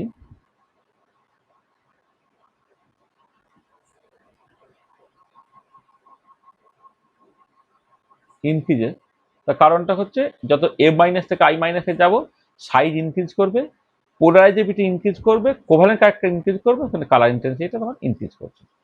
আচ্ছা, আমি পটাশিয়াম ক্লোরাইড এবং সিলভার ক্লোরাইড ধরে কম্পেয়ার করছি। পটাশিয়াম ক্লোরাইড, সিলভার ক্লোরাইড, এদের আমি কম্পেয়ার করছি। পটাশিয়াম ক্লোরাইডে দেখো, পটাশিয়াম কে প্লাসের ক্ষেত্রে 8 ইলেকট্রন স্ট্রাকচার আর Ag প্লাস হচ্ছে 18 ইলেকট্রন স্ট্রাকচার। ঠিক আছে? এবং 8 ইলেকট্রন এবং 8 ইলেকট্রন স্ট্রাকচার হয়ে যাওয়ার জন্য Ag প্লাস তার সাইজ কিন্তু ছোট হয়ে গেছে, কে প্লাসের সাইজ হচ্ছে বড় হয়ে গেছে। তাহলে মজাটা দেখো যে 8 ইলেকট্রন স্ট্রাকচার, সেক্ষেত্রে ওই যে ডি অরবিটালটা চলে আসছে, ডি অরবিটালের স্কিনিং এফেক্ট বেশ কম, সেখানে এফেক্টোনিকেটার বেশি, এফেক্টোনিকেটার বেশি হয়ে যাওয়ার জন্য তোমার সাইজটা ছোট হয়ে যাচ্ছে। দেখো Ag প্লাস তার সাইজ অ্যাকচুয়ালি ছোট হয়ে গেছে, 1.6 পিকোমিটার হয়ে গেছে, কে প্লাসের সাইজ হচ্ছে 133 পিকোমিটার হয়ে গেছে। সেখানে Ag plus has higher polarizing power than K plus, AgCl is more covalent than KCl। ঠিক আছে? তাহলে কেন AgCl is more covalent than KCl, সেটা দেখো তুমি এখান থেকে বুঝতে পেরে গেলে। AgCl is more covalent than KCl। তাহলে এই একটা পয়েন্ট, যেটাকে তোমাকে মাথায় রাখতে হবে। আচ্ছা, এবার এখানে লিথিয়াম ফ্লোরাইড এবং sodium chloride, which one has higher melting point? Lithium fluoride এবং সোডিয়াম ক্লোরাইড কার মেল্টিং পয়েন্ট বেশি? আর এদের কাছে লিথিয়াম ক্লোরাইড এবং সোডিয়াম ফ্লোরাইড কার মেল্টিং পয়েন্ট বেশি? দেখো, lithium plus has higher polarizing power than Na plus, আর Cl minus has higher polarizability than M minus. তাহলে আমি যখন কম্পেয়ার করছি, ধরো এই পার্টিকুলার ক্ষেত্রে লিথিয়াম ক্লোরাইড এবং সোডিয়াম ফ্লোরাইড যখন কনসিডার করছি আমি, লিথিয়াম প্লাস তার পোলারাইজিং পাওয়ারটা বেশি আর Cl মাইনাস তার পোলারাইজিবিলিটিটা বেশি, যেহেতু লিথিয়াম ক্লোরাইডের হচ্ছে কোভ্যালেন্ট ক্যারেক্টারটা বেশি, কোভ্যালেন্ট ক্যারেক্টার যদি বেশি হয়ে যায় তাহলে তার মেল্টিং পয়েন্টটা হচ্ছে তোমার কম হয়ে যাবে। তাহলে lithium chloride has higher covalent character than sodium chloride, সেই জন্য তোমার এখান থেকে যার কোভ্যালেন্ট ক্যারেক্টারটা বেশি, মানে lithium chloride has lower melting point than sodium fluoride. তাহলে লিথিয়াম ক্লোরাইড এবং সোডিয়াম ফ্লোরাইড যখন তুমি কম্পেয়ার করছো, লিথিয়াম ক্লোরাইডের ক্ষেত্রে লিথিয়াম প্লাস তার সাইজ সবচেয়ে ছোট বলে তার পোলারাইজিং পাওয়ারও বেশি। তাহলে Li প্লাস আর Na প্লাস কম্পেয়ার করে লিথিয়াম প্লাসের পোলারাইজিং পাওয়ারটা বেশি, আর Cl minus M minus compare করলে হচ্ছে Cl মাইনাসের পোলারাইজিবিলিটি বেশি, মানে Li হচ্ছে অনেক বেশি কোভ্যালেন্ট সোডিয়াম ক্লোরাইডের তুলনায়, সোডিয়াম ক্লোরাইড বেশি আয়নিক, আর লিথিয়াম ক্লোরাইডের ক্ষেত্রে বেশি কোভ্যালেন্ট হয়ে গেল, তার মেল্টিং পয়েন্টটা কম হলো। ঠিক আছে? আচ্ছা, এবং এই যে ফ্যাজানসুল আয়নিক পোটেনশিয়াল, সেই রিলেটেড কতগুলো এখানে প্রবলেম দেওয়া আছে, সেই প্রবলেমগুলো একটু বাড়িতে করবে। Hg Cl2 is colourless, whereas Hgi2 is deep colour, এটাকে এক্সপ্লেন করতে হবে। ওই কোভ্যালেন্ট ক্যারেক্টার দিয়ে তুমি এক্সপ্লেন করে ফেলতে পারবে। এখানে Cl মাইনাস, এখানে I মাইনাস, I মাইনাসের পোলারাইজিবিলিটি বেশি বলে এর সাথে কোভ্যালেন্ট ক্যারেক্টার বেশি, তুমি সে কালার দেখাচ্ছে। PbCl2 is colourless, whereas Pbi2 is deep golden yellow colour, explain করতে হবে। PbCl2 and PbCl4 have melting point 501 degree centigrade and -15 degree centigrade respectively, explain করতে হবে। দেখো এখানে এইটা একটুখানি কম্পেয়ার করে দাও, PbCl2 আর PbCl4, এখানে Pb2 প্লাস, এখানে Pb4 প্লাস। তাহলে এক্ষেত্রে হচ্ছে চার্জের পরিমাণ বেশি বলে তার পোলারাইজিং পাওয়ার বেশি, পোলারাইজিং পাওয়ার যদি বেশি হয়ে যায় তাহলে কোভ্যালেন্ট ক্যারেক্টার বেশি হয়ে গেল, কোভ্যালেন্ট ক্যারেক্টার বেশি হয়ে গেছে বলে মেল্টিং পয়েন্টটা তোমার কমে গেছে। মানে PbCl2 তার melting point 501 degree centigrade, PbCl4 তার মেল্টিং পয়েন্ট -15 ডিগ্রি সেন্টিগ্রেড হয়ে গেছে। আচ্ছা, SnCl2 আর SnCl4 had melting point 246 degree centigrade আর -33 ডিগ্রি সেন্টিগ্রেড। ওই একই লজিক। Sn2+ থেকে যখন Sn4+ আমি যাচ্ছি, তখন হচ্ছে চার্জের পরিমাণ বেঁচে গেল, মানে আয়নিক পোটেনশিয়াল বেড়ে গেল, পোলারাইজিং পাওয়ার বেড়ে গেল। পোলারাইজিং পাওয়ার যদি বেড়ে যায়, কোভ্যালেন্ট ক্যারেক্টার বেড়ে যাবে, কোভ্যালেন্ট ক্যারেক্টার বেড়ে গেলে হচ্ছে মেল্টিং পয়েন্টটা তোমার কমে যাচ্ছে। Compare the stability of the following compound in aqueous solution: HgF2, HgCl2, HgBr2, HgI2, AgF, AgCl, AgBr, AgI, NaF, CaF2, LF3। তাহলে তোমাকে এই যখন করছো, তখন এই যে এই যে মানে কম্পাউন্ড ইন অ্যাকোয়াস সলিউশন মানে সলভেশনটাকে দেখতে হবে, যে যার ক্ষেত্রে সলভেশনটা তোমার বেটার হবে সে তত বেশি স্টেবিলিটি পাবে, যেখানে সলভেশনটা কম হবে সে কম স্টেবিলিটি পাবে। যেমন ধরো আমি HgF2, HgCl2, HgBr2 আর HgI2 যদি কম্পেয়ার করো, তাহলে অ্যানায়নগুলো M-, Cl-, Br-, I-, যখন অ্যানায়নগুলো তুমি কনসিডার করছো, সাইজ বেরিয়ে হয়ে যাওয়ার জন্য চার্জ ডেন্সিটিটা কমে যাচ্ছে, সেই জন্য সে অত ভালো সলভেটেড হতে পারবে না। সেই জন্য AgF2 সেটা হচ্ছে অ্যাকোয়াস সলিউশন অনেক বেশি স্টেবল হবে, HgI2টা নয়। And so on. এইরকমভাবে সিলভার ফ্লোরাইড থেকে সিলভার আয়োডাইড যখন কম্পেয়ার করতে একই রকমের situation. M-, Cl-, Br-, I- যখন তুমি কম্পেয়ার করছো, সাইজটা কত বাড়ছে, পোলারাইজিবিলিটি তত বাড়ছে, আর পোলারাইজিবিলিটি অফ দ্য অ্যানায়ন যত বাড়বে তত বেশি কোভ্যালেন্ট ক্যারেক্টার বাড়বে। কোভ্যালেন্ট ক্যারেক্টার বাড়লে অ্যাকোয়াস সলিউশনে সে সহজে সলেবল হতে চাইবে না। ঠিক আছে? তাহলে এই যে কতগুলো প্রবলেম দেওয়া হয়েছে, সেই প্রবলেমগুলো একটুখানি তোমরা ভাববে, যেগুলো করতে পারবে না পরের দিন বলবে, পরের দিন সেগুলো আমরা ডিসকাস করে দেবো। এই কটা প্রবলেম তোমরা করবে। ঠিক আছে, বোঝা গেল? তাহলে ফ্যাজান্স রিলেটেড যা কিছু কথা বলার ছিল আমরা বলে ফেললাম।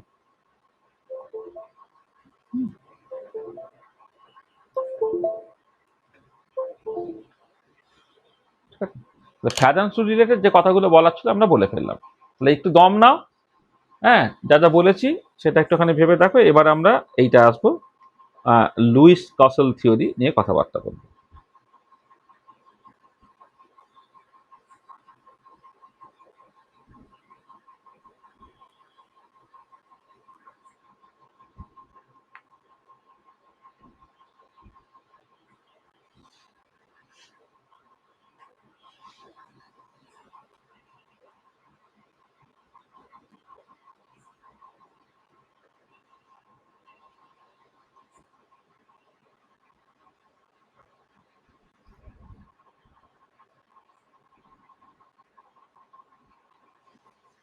ঠিক আছে, যা আলোচনা হয়েছে বুঝতে পেরেছো?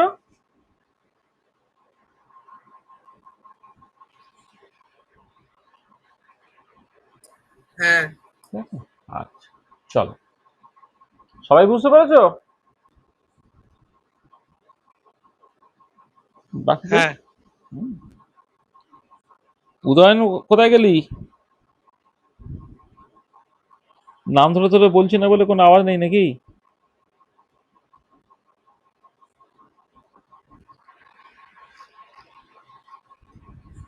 চলো, আচ্ছা দেখো, আমাদের যখন আমরা বন্ডিং নিয়ে কথাবার্তা বলি, প্রথম যে বন্ডিং এর ইলেকট্রনিক থিওরি, এটা লুইস এবং কাসল তারা দিয়েছিলেন। লুইস এবং castle suggested that in a molecule each atom would try to gain stability by attaining an effective octet of electron in the outermost shell. আর হাইড্রোজেনের ক্ষেত্রে শুধু একটা এক্সেপশন, সেটা হচ্ছে দুটো হবে। তাহলে লুইস এবং কাসল কি বললো, যে কোন একটা পার্টিকুলার এলিমেন্ট, কোন একটা মলিকুল যখন স্টেবল হবে, তখন তুমি দেখবে সেই অ্যাটমটা এফেক্টিভলি সে 8টা ইলেকট্রন নিয়ে রেখেছে আর কি। Lewis and Castle suggested that in a molecule each atom would try to gain stability by attaining an effective octet of electrons in the outermost shell. For hydrogen এটা হচ্ছে দুটো হবে। যেমন ধরো এখানে হাইড্রোজেনের ক্ষেত্রে যখন তুমি দেখছো, হাইড্রোজেনের ক্ষেত্রে মানে effective number of electrons the outermost shell, হাইড্রোজেনের ক্ষেত্রে তোমার দুটো। কারণ হাইড্রোজেনের ক্ষেত্রে দেখো তোমার এই যে বন্ডিং এ দুটো ইলেকট্রন থাকে, এই হাইড্রোজেন দুটো ব্যবহার করতে পারছে।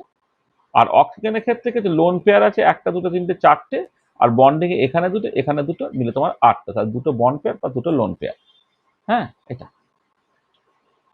আচ্ছা, ঠিক একই রকম ভাবে CCl4 যখন তুমি কনসিডার করছো, কার্বনের ক্ষেত্রে দেখো কটা বন্ড আছে, চারদিকে চারটে বন্ড আছে। চারটে বন্ড মানে হচ্ছে বেশিকে 4 দুগুণে 8টা ইলেকট্রন সে ব্যবহার করছে। আর ক্লোরিনের ক্ষেত্রে ক্লোরিন এখানে কটা ব্যবহার করছে, তোমার 8টা ব্যবহার করছে। এটা এছাড়া ধরো তুমি কনসিডার করছো লেটসে, ধরো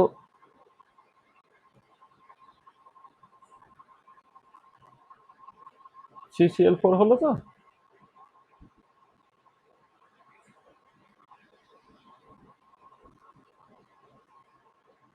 ধরো কার্বন মনোক্সাইড বা কার্বন ডাইঅক্সাইড, কনসিডার করছি। এটা এখানে দুটো লোন পেয়ার থাকছে, এখানে দুটো লোন পেয়ার থাকছে। তো দেখো এক্ষেত্রে এর এফেক্টিভ অফ কার্বন সেটা কটা হচ্ছে তোমার, মানে চারটে বন, একটা দুটো দিনে চারটে বন থেকে তোমার 4 দুগুণে 8টা পেয়ে গেলে। আর N effective for oxygen atom কি হচ্ছে, দুটো করে চারটে লোন পেয়ার আর বন পেয়ার হচ্ছে এখানে টোটাল বন পেয়ার দুটো, মানে 4টে ইলেকট্রন থাকছে, তো তোমার 8 হয়ে যাচ্ছে। তাহলে দেখো, তা যে সমস্ত কম্পাউন্ড গুলো তুমি দেখবে হাইড্রোজেনের ক্ষেত্রে তো সর্ববৈশিষ্ট্য দুটো ইলেকট্রন হতে চায়, আর বাকিগুলোর ক্ষেত্রে এফেক্টিভলি যদি 8টা ইলেকট্রন হতে চায় তাহলে স্টেবিলিটি পায়। এবং এরকম তুমি প্রচুর এক্সাম্পল পাবে, তারা হচ্ছে বেসিক্যালি স্টেবল। কিন্তু কিছু কম্পাউন্ডের ক্ষেত্রে দেখা গেল যে এই অক্টেট রুলটা ব্যতিক্রম করছে। যেমন ধরো বেরিলিয়াম ক্লোরাইড যখন তুমি কনসিডার করছো, এটা একটা স্টেবল কম্পাউন্ড। ক্লোরিনের ক্ষেত্রে অক্টেট ফিল আপ হয়েছে বটে, বেরিলিয়ামের ক্ষেত্রে ইলেকট্রনের সংখ্যা হচ্ছে 4টে। BF3-র ক্ষেত্রে ঠিক একই রকম সিচুয়েশন, ফ্লোরিনের ক্ষেত্রে অক্টেট ফিল আপ হয়েছে ঠিকই আছে, কিন্তু বোরনের ক্ষেত্রে তোমার অ্যাকচুয়ালি ইলেকট্রন BF3-র ক্ষেত্রে তোমার হয়ে যাচ্ছে 6টা। সিমিলারলি PCl5-এর ক্ষেত্রে ফসফরাসের ইলেকট্রন 10টা, SF6-এর ক্ষেত্রে সালফার ইলেকট্রন হচ্ছে 12। তার মানে দেখতে পাচ্ছ যে অনেক ক্ষেত্রেই হবে যে অ্যাটমগুলোর তোমার এই অক্টেটের কন্ট্রাকশন বা এক্সপানশন হতে পারে। বাইরে কাউকে 8টা ইলেকট্রনের বদলে 8টা ইলেকট্রনের কমও থাকতে পারছে, যেমন বেরিলিয়াম ক্লোরাইডের ক্ষেত্রে বললাম, BF3 ক্ষেত্রে বললাম, বোরন ফ্লোরাইডের ক্ষেত্রে বললাম। আর PCl5 বা SF6 বা আরো অনেক সমস্ত কম মানে মলিকুলার লুইস দা স্ট্রাকচার তুমি এরকম ভাবে আঁকো, তো তুমি দেখবে হ্যাঁ সে অ্যাকচুয়ালি এফেক্টিভলি ইলেকট্রন যেটা ভোগ করছে সেটা হচ্ছে তোমার 8 নয় 8-এর বেশিও হতে পারছে আর কি। তাহলে আমি লুইস কাসেল থিওরি এবং সেখান থেকে তার যে এক্সেপশন কিছু কিছু হচ্ছে সেটাকে দেখতে পেলাম। আর এবং সেখান থেকে লুইস তার ইলেকট্রন ডট স্ট্রাকচার আঁকা শেখান, যে লুইস ইলেকট্রন ডট স্ট্রাকচার যেটা মানে Lewis electron dot formula is similar to its structural formula for showing the atom and of connectivity and also the location of non bonded electron pairs or lone pair. মানে basically normal যেমন structure নাকি আঁকবো, শুধু যেখানে linkage গুলোকে আমি just একটা করে বন্ড দিয়ে দেখাবো, এবং তার সঙ্গে সঙ্গে যদি কোথাও লোন পেয়ার থাকে লোন পেয়ারটাকে দেখাবো। যেমন ধরো অ্যামোনিয়ার ক্ষেত্রে এই নাইট্রোজেন 3টে বন্ড হলো। আচ্ছা, এখানে টেট্রাহেড্রাল হবে সেটা এখনো দেখাচ্ছি না, টেট্রাহেড্রাল আমি পরে দেখাবো। এটা আর এখানে দেখো তোমার লোন পেয়ারটাতে, কারণ লুইস ইলেকট্রন ডট স্ট্রাকচারে না, যেটা ভীষণ ইম্পর্টেন্ট পয়েন্ট যেটা আমি পরে উল্লেখ করবো, সেখানে শেপ সম্বন্ধে তিনি কোনো কমেন্ট করেননি। সেই জন্য এই অ্যামোনিয়াকে আমি এইরকম ভাবেই দেখাচ্ছি আর কি, যেখানে নাইট্রোজেন 3টে হাইড্রোজেন দিয়ে কানেক্টেড হয়ে গেছে, একটা লোন পেয়ার আছে। এটাকে এইরকম ভাবে তুমি লিখতে পারো, কারণ একটা বন্ড তখন তৈরি হচ্ছে সেখানে বেশি দুটো ইলেকট্রন থাকে বলে এরকম ভাবে তুমি লিখতে পারো। আর এক্ষেত্রে এই যে সেন্ট্রাল অ্যাটম একটা চুজ করতে হয়, choice of central atom is very important as this actually decide the shape of the molecule. করে central atom is usually unique হবে, সেন্ট্রাল অ্যাটম হচ্ছে মোস্ট ইলেকট্রোপজিটিভ হবে, সেন্ট্রাল অ্যাটমটা ইউজুয়ালি লার্জার ইন সাইজ হবে। তাহলে যখন মানে ধরো অ্যামোনিয়ার ক্ষেত্রে কোনটা সেন্ট্রাল অ্যাটম, নাইট্রোজেনটা, কারণ নাইট্রোজেনটা হচ্ছে ইউনিক, বাকিগুলো তোমার একাধিক আছে। আচ্ছা, এবারে চলে আসো ফর্মাল চার্জ। ফর্মাল চার্জ এই কনসেপ্টটা খুব ইম্পর্টেন্ট। ফর্মাল চার্জ বলছে formal charge may be defined as the charge that an atom in a molecule would have if all the atoms are assumed to be of same electronegativity। যদি সমস্ত অ্যাটমগুলো same ইলেকট্রোনেগেটিভিটির ধরো, তাহলে কি হবে, কোভালেন্টলি বন্ডের ইলেকট্রনটা equally share হবে। অর্থাৎ কোভালেন্টলি বন্ডে দুটো ইলেকট্রন থাকে, আমার ভাগে একটা তোমার ভাগে একটা, সেইটাকে মাথায় রেখে তুমি কোন একটা অ্যাটমের মাথায় টোটাল যে চার্জ থাকবে সেটাই হচ্ছে তার ফর্মাল চার্জ। তার formal charge may be defined as the charge that an atom in a molecule would have if all the atoms are assumed to be of same electronegativity. দেখো formal চার্জটা হচ্ছে total number of formal charge calculate করবে কি করে?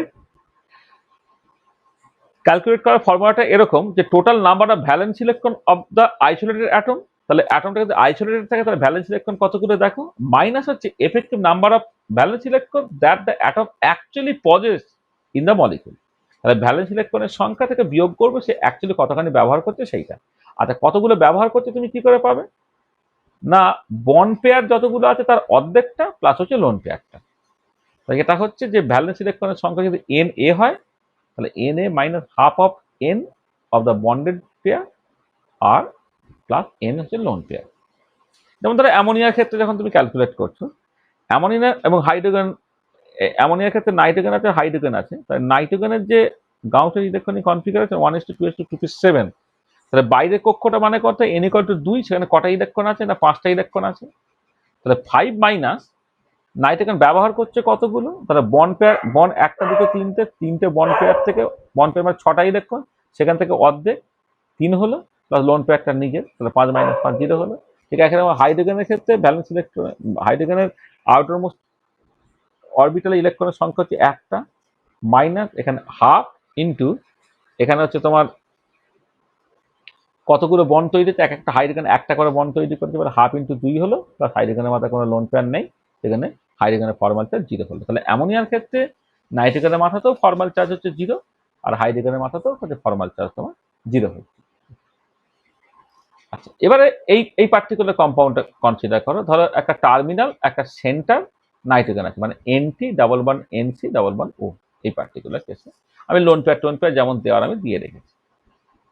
তাহলে NTর formal charge কত হবে, কারণ নাইট্রোজেনের ভ্যালেন্স ইলেকট্রনের সংখ্যা হচ্ছে 5, মাইনাসে ব্যবহার করে একটা দুটো এখানে বন্ড তৈরি হয়েছে মানে half into 4 plus lone pair হচ্ছে 4টে, তাই এখান থেকে -1 হয়ে গেল। সিমিলারলি এটা সেন্টার নাইট্রোজেন যেটা, সেখানে 5 মাইনাস 1/2 ইন্টু এখানে কটা বন্ড, একটা দুটো তিনটে চারটে 8টা ইলেকট্রন, 1/2 ইন্টু 8 প্লাস নাইট্রোজেনের কোনো লোন পেয়ার নেই, তাহলে +1 হলো। আর যখন অক্সিজেনটা কনসিডার করছো তোমার 6টা ইলেকট্রন ব্যবহার করে দেখো এই বন্ড পেয়ার যেটা দুগুণে 4টে ইলেকট্রন, 4টের অর্ধেক প্লাস হচ্ছে তার যে লোন পেয়ার আছে 6 - 6 0 হয়ে গেল। সিমিলারলি ওজোন, তার ক্ষেত্রে ফর্মাল চার্জ ক্যালকুলেট করেছি, NH4+ তার ক্ষেত্রে ফর্মাল চার্জ ক্যালকুলেট করেছি। হ্যাঁ, তাহলে ফর্মাল চার্জগুলো কেমন করে ক্যালকুলেট করছি বুঝতে পারছো তো? ঠিক আছে, হ্যাঁ এইটা লোন পেয়ার মানে যার সঙ্গে বন্ডটা নেই। হ্যাঁ লোন পেয়ার মানে যাকে যে ক্ষেত্রে বন্ড নেই, যেমন জলের ক্ষেত্রে বলে না দুটো লোন পেয়ার আছে। হ্যাঁ, লোন পেয়ার মানে হচ্ছে যেখানে তোমার বন্ড নেই, নন বন্ডেড ইলেকট্রন পেয়ার। তাহলে এইরকম করে করে একটা কম্পাউন্ড বলে দিলে তার যদি স্ট্রাকচার জানো তাহলে তুমি সেখান থেকে তার ফর্মাল চার্জটাকে বের করে ফেলতে পারবে। আচ্ছা একটা ইম্পর্টেন্ট প্রিন্সিপালের কথা বলবো, দেখো হচ্ছে ইলেকট্রো নিউট্রালিটি প্রিন্সিপাল। এটা ভালো করে খেয়াল করো, বলছে কি in a molecule electrons are so distributed that the residual charge on each atom will be 0 or nearly 0।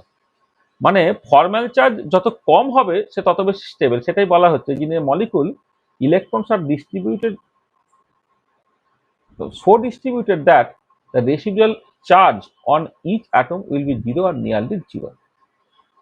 দেখো structures with small formal charge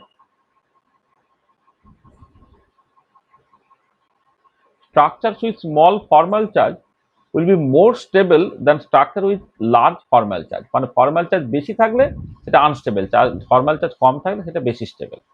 non zero formal charges of same sign on two adjacent atoms make unfavourable structure. মানে এমন একটা structure তুমি আঁকলে যেখানে same সাইনের formal charge পাশাপাশি দুটো অ্যাটমের মধ্যে পড়ে গেছে, সেটা কখনো স্টেবল স্ট্রাকচার হতে পারে না। For better stability negative formal charge should be on the more electronegative element and positive formal charge should be on the less electronegative element। দেখো ফর্মাল চার্জ না দিতে পারলে সবচেয়ে ভালো, কিন্তু বন্ডিং এর সাথে যদি ফর্মাল চার্জ তোমাকে দিতেই হয় তখন এমন স্ট্রাকচারটাই স্টেবল হবে যেখানে মোর ইলেকট্রোনেগেটিভ যে তার মাথায় নেগেটিভ চার্জ আর যে মোর ইলেকট্রো পজিটিভ তার মাথায় পজিটিভ চার্জ। যে মোর ইলেকট্রোপজিটিভের মাথায় নেগেটিভ চার্জ আর মোর ইলেকট্রোনেগেটিভের মাথায় কিন্তু পজিটিভ চার্জ, সেটা আনস্টেবল হয়ে পড়বে। আর for most favourable structure there will be maximum number of bonds and highest extent of multiple bonding. মানে যেখানে তোমার সবচেয়ে বেশি বন্ড হবে, মানে লোন পেয়ার নেয় বা ইত্যাদি, ফর্মাল চার্জ কম, তারা হচ্ছে সবচেয়ে ফেভারেবল স্ট্রাকচার হবে, তারা most favourable structure. For for for for most favourable structure there will be maximum number of bonds and highest extent of multiple bonding. Okay, the most stable structure is also that for which the sum of the electronegativity differences of adjacent atoms is maximum. তাহলে adjacent atom গুলোর মধ্যে electronegativity difference যদি maximum হয়, সেইটা হচ্ছে তোমার most stable structure হবে। So the most stable structure is also that for which the sum of the electronegativity differences of the adjacent atom is maximum. ধরো এই এক্সাম্পলটা খেয়াল করতে তুমি বুঝতে পারবে। ধরো HCl না HClO, মানে কোন স্ট্রাকচারটা সত্যি, অক্সিজেন মাঝে রেখে দুদিকে দুটো, একদিকে হাইড্রোজেন একদিকে ক্লোরিন, নাকি ক্লোরিনকে মাঝে রেখে একদিকে হাইড্রোজেন একদিকে অক্সিজেন। দেখো এই হাইড্রোজেনের ইলেকট্রোনেগেটিভিটি পাউলিন স্কেলে 2.1, অক্সিজেনের 3.5, ক্লোরিনের 3.0। এবারে এই দুটো বন্ডের মধ্যে ইলেকট্রোনেগেটিভিটি ডিফারেন্স কত? 3.5 থেকে 2.1 বাদ দিলে 1.4, আর এই দুটোর মধ্যে ইলেকট্রোনেগেটিভিটি ডিফারেন্স 0.5 অর্থাৎ 1.9 হলো। আর এক্ষেত্রে কত হচ্ছে? 2.1 এবং 3.0 থেকে 0.9 হচ্ছে, আর 3.0 থেকে 3.5 হচ্ছে 0.5 হচ্ছে, অর্থাৎ 1.4 হলো। তাহলে এবারে দেখো এক্ষেত্রে যেহেতু অ্যাডজাসেন্ট যে বন্ড, হ্যাঁ, তাদের ইলেকট্রোনেগেটিভিটি ডিফারেন্সটা হচ্ছে এদের ক্ষেত্রে বেশি হচ্ছে, সেই জন্য এটা মোর স্টেবল দ্যান এটা। তাহলে মানে যেটা এখান থেকে বোঝা গেল, HOCl is more stable structure than HClO.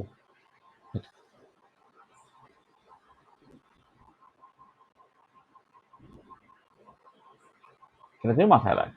এটা বুঝতে পারলে যে কেন HClO এর তুলনায় HOCl অ্যাকচুয়াল স্ট্রাকচার বা এটা মোর স্টেবল স্ট্রাকচার? পরিষ্কার?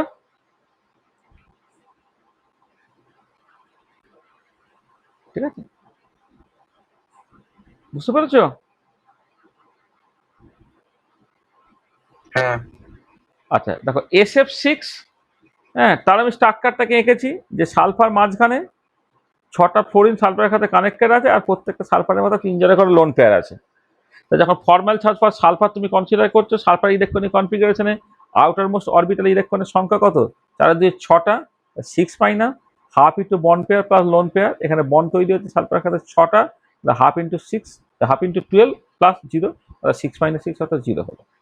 আর ফ্লোরিনের ক্ষেত্রে যদি কনসিডার করো, ভ্যালেন্স ইলেকট্রন 7টা, কারণ 1:2:2p7, এই যে ভ্যালেন্স ইলেকট্রন আছে কত? 7টা। তো 7টা মাইনাস, এখানে বন্ড তৈরি হচ্ছে একটা, সেখানে বন্ডের ইলেকট্রন দুটো, half into 2 plus lone pair আছে 6টা, তাহলে 7 - 6 0 হয়ে গেল। আর ঠিক একই রকম ভাবে সালফিউরিক অ্যাসিড, তার আমি লুইস ডট স্ট্রাকচারটাকে এঁকে দিয়েছি, সেখান থেকে তুমি ফর্মাল চার্জটাকে ক্যালকুলেট করে ফেলবে। এটা হোমওয়ার্ক হিসেবে দিলাম, করেই দেওয়া আছে এটা।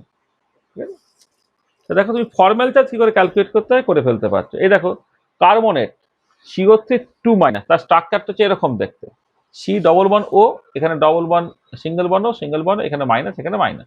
মানে ব্যাপারটা কিরকম দেখ, এইখানে যখন তুমি স্ট্রাকচারটাকে আঁকছো, যে এখানে যে 1 নম্বর 2 নম্বর 3 নম্বর, কার্বনের ক্ষেত্রে ঠিকই আছে। কার্বনের ক্ষেত্রে যখন তুমি ফর্মাল চার্জ ক্যালকুলেট করবে, কার্বনের ক্ষেত্রে ভ্যালেন্স ইলেকট্রন থাকে 4টে, মাইনাস 1 2 3 4, 4টি বন্ড তৈরি হচ্ছে, হাফ ইন্টু 4 প্লাস 0 অর্থাৎ 0 হয়ে গেল। যখন 1 নম্বর আর 2 নম্বর অক্সিজেন কম্পেয়ার করছি, 2 এবং এই দুটো একই রকমের, এই যে অক্সিজেনটা, এই অক্সিজেনটা একই রকমের, শুধু এই অক্সিজেনটা এই অক্সিজেনটা আলাদা। তাহলে এই যে অক্সিজেনটা, এটা 1 নম্বর অক্সিজেন বলছি, তার ক্ষেত্রে ফর্মাল চার্জ কত হবে? 6-, এখানে বন্ড তৈরি হচ্ছে বেসিক্যালি দুটো, তাহলে half into 4 plus lone pair আছে 4টে, তা 0 হলো। আর হয় যখন তুমি এই অক্সিজেন বা এই অক্সিজেন কনসিডার করছো, সেখানে ভ্যালেন্স ইলেকট্রন 6টা, বন্ড তৈরি হচ্ছে একটা, তাহলে হাফ ইন্টু 2 হলো, কিন্তু লোন পেয়ার আছে কত? 6টা, তার মানে -1 হচ্ছে এটা। তাহলে এটা হচ্ছে এখানে একটা -1 থাকে, এখানে একটা -1 থাকে, ওভারঅল বিলে ওই জন্য CO3 2-, এবং CO3 2- দেখো খুব স্টেবল হবে, কারণ এই যে স্ট্রাকচারটা আমি এঁকেছি, এমন নয় যে এখানেই শুধুমাত্র ডাবল বন্ডটা থাকবে, এই লোন পেয়ারটা এখানে এসে এটা ডাবল বন্ড এটা সিঙ্গেল বন্ড হয়ে যেতে পারে, বা এটা ডাবল বন্ড হয়ে গেছে সিঙ্গেল বন্ড হয়ে যেতে পারে। তাহলে এবার তোমাকে কাজ দিচ্ছি, বাড়িতে হোমওয়ার্ক দিচ্ছি। এই যে phosphate H2O plus Cl minus nitrate ion N2O5 nitrogen pentoxide XeF2 XeO F4 এদের করসপন্ডিং লুইস ডট স্ট্রাকচারটাকে তুমি একটু আঁকবে, ঠিক আছে? লুইস ডট স্ট্রাকচার তুমি আঁকবে। আচ্ছা, তাহলে এই যে লুইস ডট স্ট্রাকচারটা আমি আঁকলাম সেটা বেশ ভালো, কিন্তু এখান থেকে যেটা অসুবিধা সেটা হচ্ছে এই যে Lewis Kossel theory says nothing regarding the shape of the molecule। দেখো এক্ষেত্রে যে কোন মলিকুলের শেপ কেমন সেইটা নিয়ে আমি কোনো মন্তব্য করতে পারছি না। অর্থাৎ অবচেতন মানে কিছু একটা শেপটা হয়তো এঁকে ফেলেছি, কিন্তু লুইস কসল যে থিওরি বা ইলেকট্রন ডট স্ট্রাকচার যেটা, সেখানে কিন্তু তোমার ওই মলিকুলার শেপ যে কোনটা টেট্রাহেড্রাল, কোনটা অক্টাহেড্রাল, কোনটা লিনিয়ার, কোনটা টি শেপ, এই ধরনের কোনো মন্তব্য করা হয়নি। তো দেখো, তাহলে আমি এই যে পরের পার্টে যে লুইস কাসল স্ট্রাকচার এবং সেখান থেকে ফর্মাল চার্জ নিয়ে কথাবার্তা বললাম, ইলেকট্রন নিউট্রালিটি প্রিন্সিপাল বললাম, এগুলো বুঝতে পারলে? ঠিক আছে, বুঝেছো? Yes, sir. এটা তাহলে এই হচ্ছে মোটামুটি ভাবে মানে একটা পোর্শন যেটা আমরা কভার করছি। এই পরেরটা আজকে স্টার্ট করব না। এই যে Lewis Kossel theory says nothing regarding the shape of the molecule, shape of the molecule তুমি কেমন করে মানে ঠিকঠাক করবে আর কি, তাহলে সেটাই আমাদের নেক্সট দিন আলোচনা করতে হবে। তাহলে নেক্সট ক্লাসে আমরা যেটা আলোচনা করব সেটা হচ্ছে শেপ নিয়ে কথাবার্তা বলতে হবে।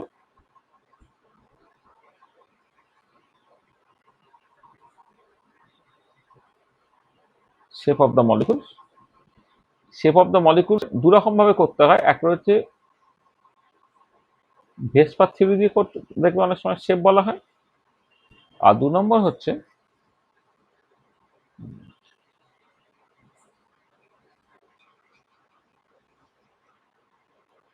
হ্যাঁ ভ্যালেন্সিয়াল ইলেকট্রো পেয়ার রিপালশন, সেইটা একটা। আর একটা হচ্ছে হাইব্রিডাইজেশন, যেটা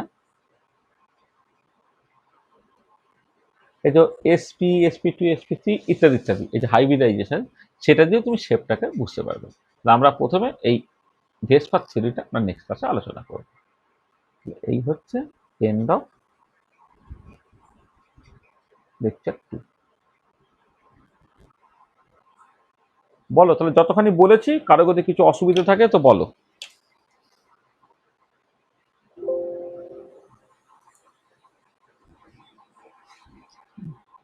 যতখানি বলেছি এই পর্যন্ত কারো কিছু অসুবিধা থাকলে বলে নাও।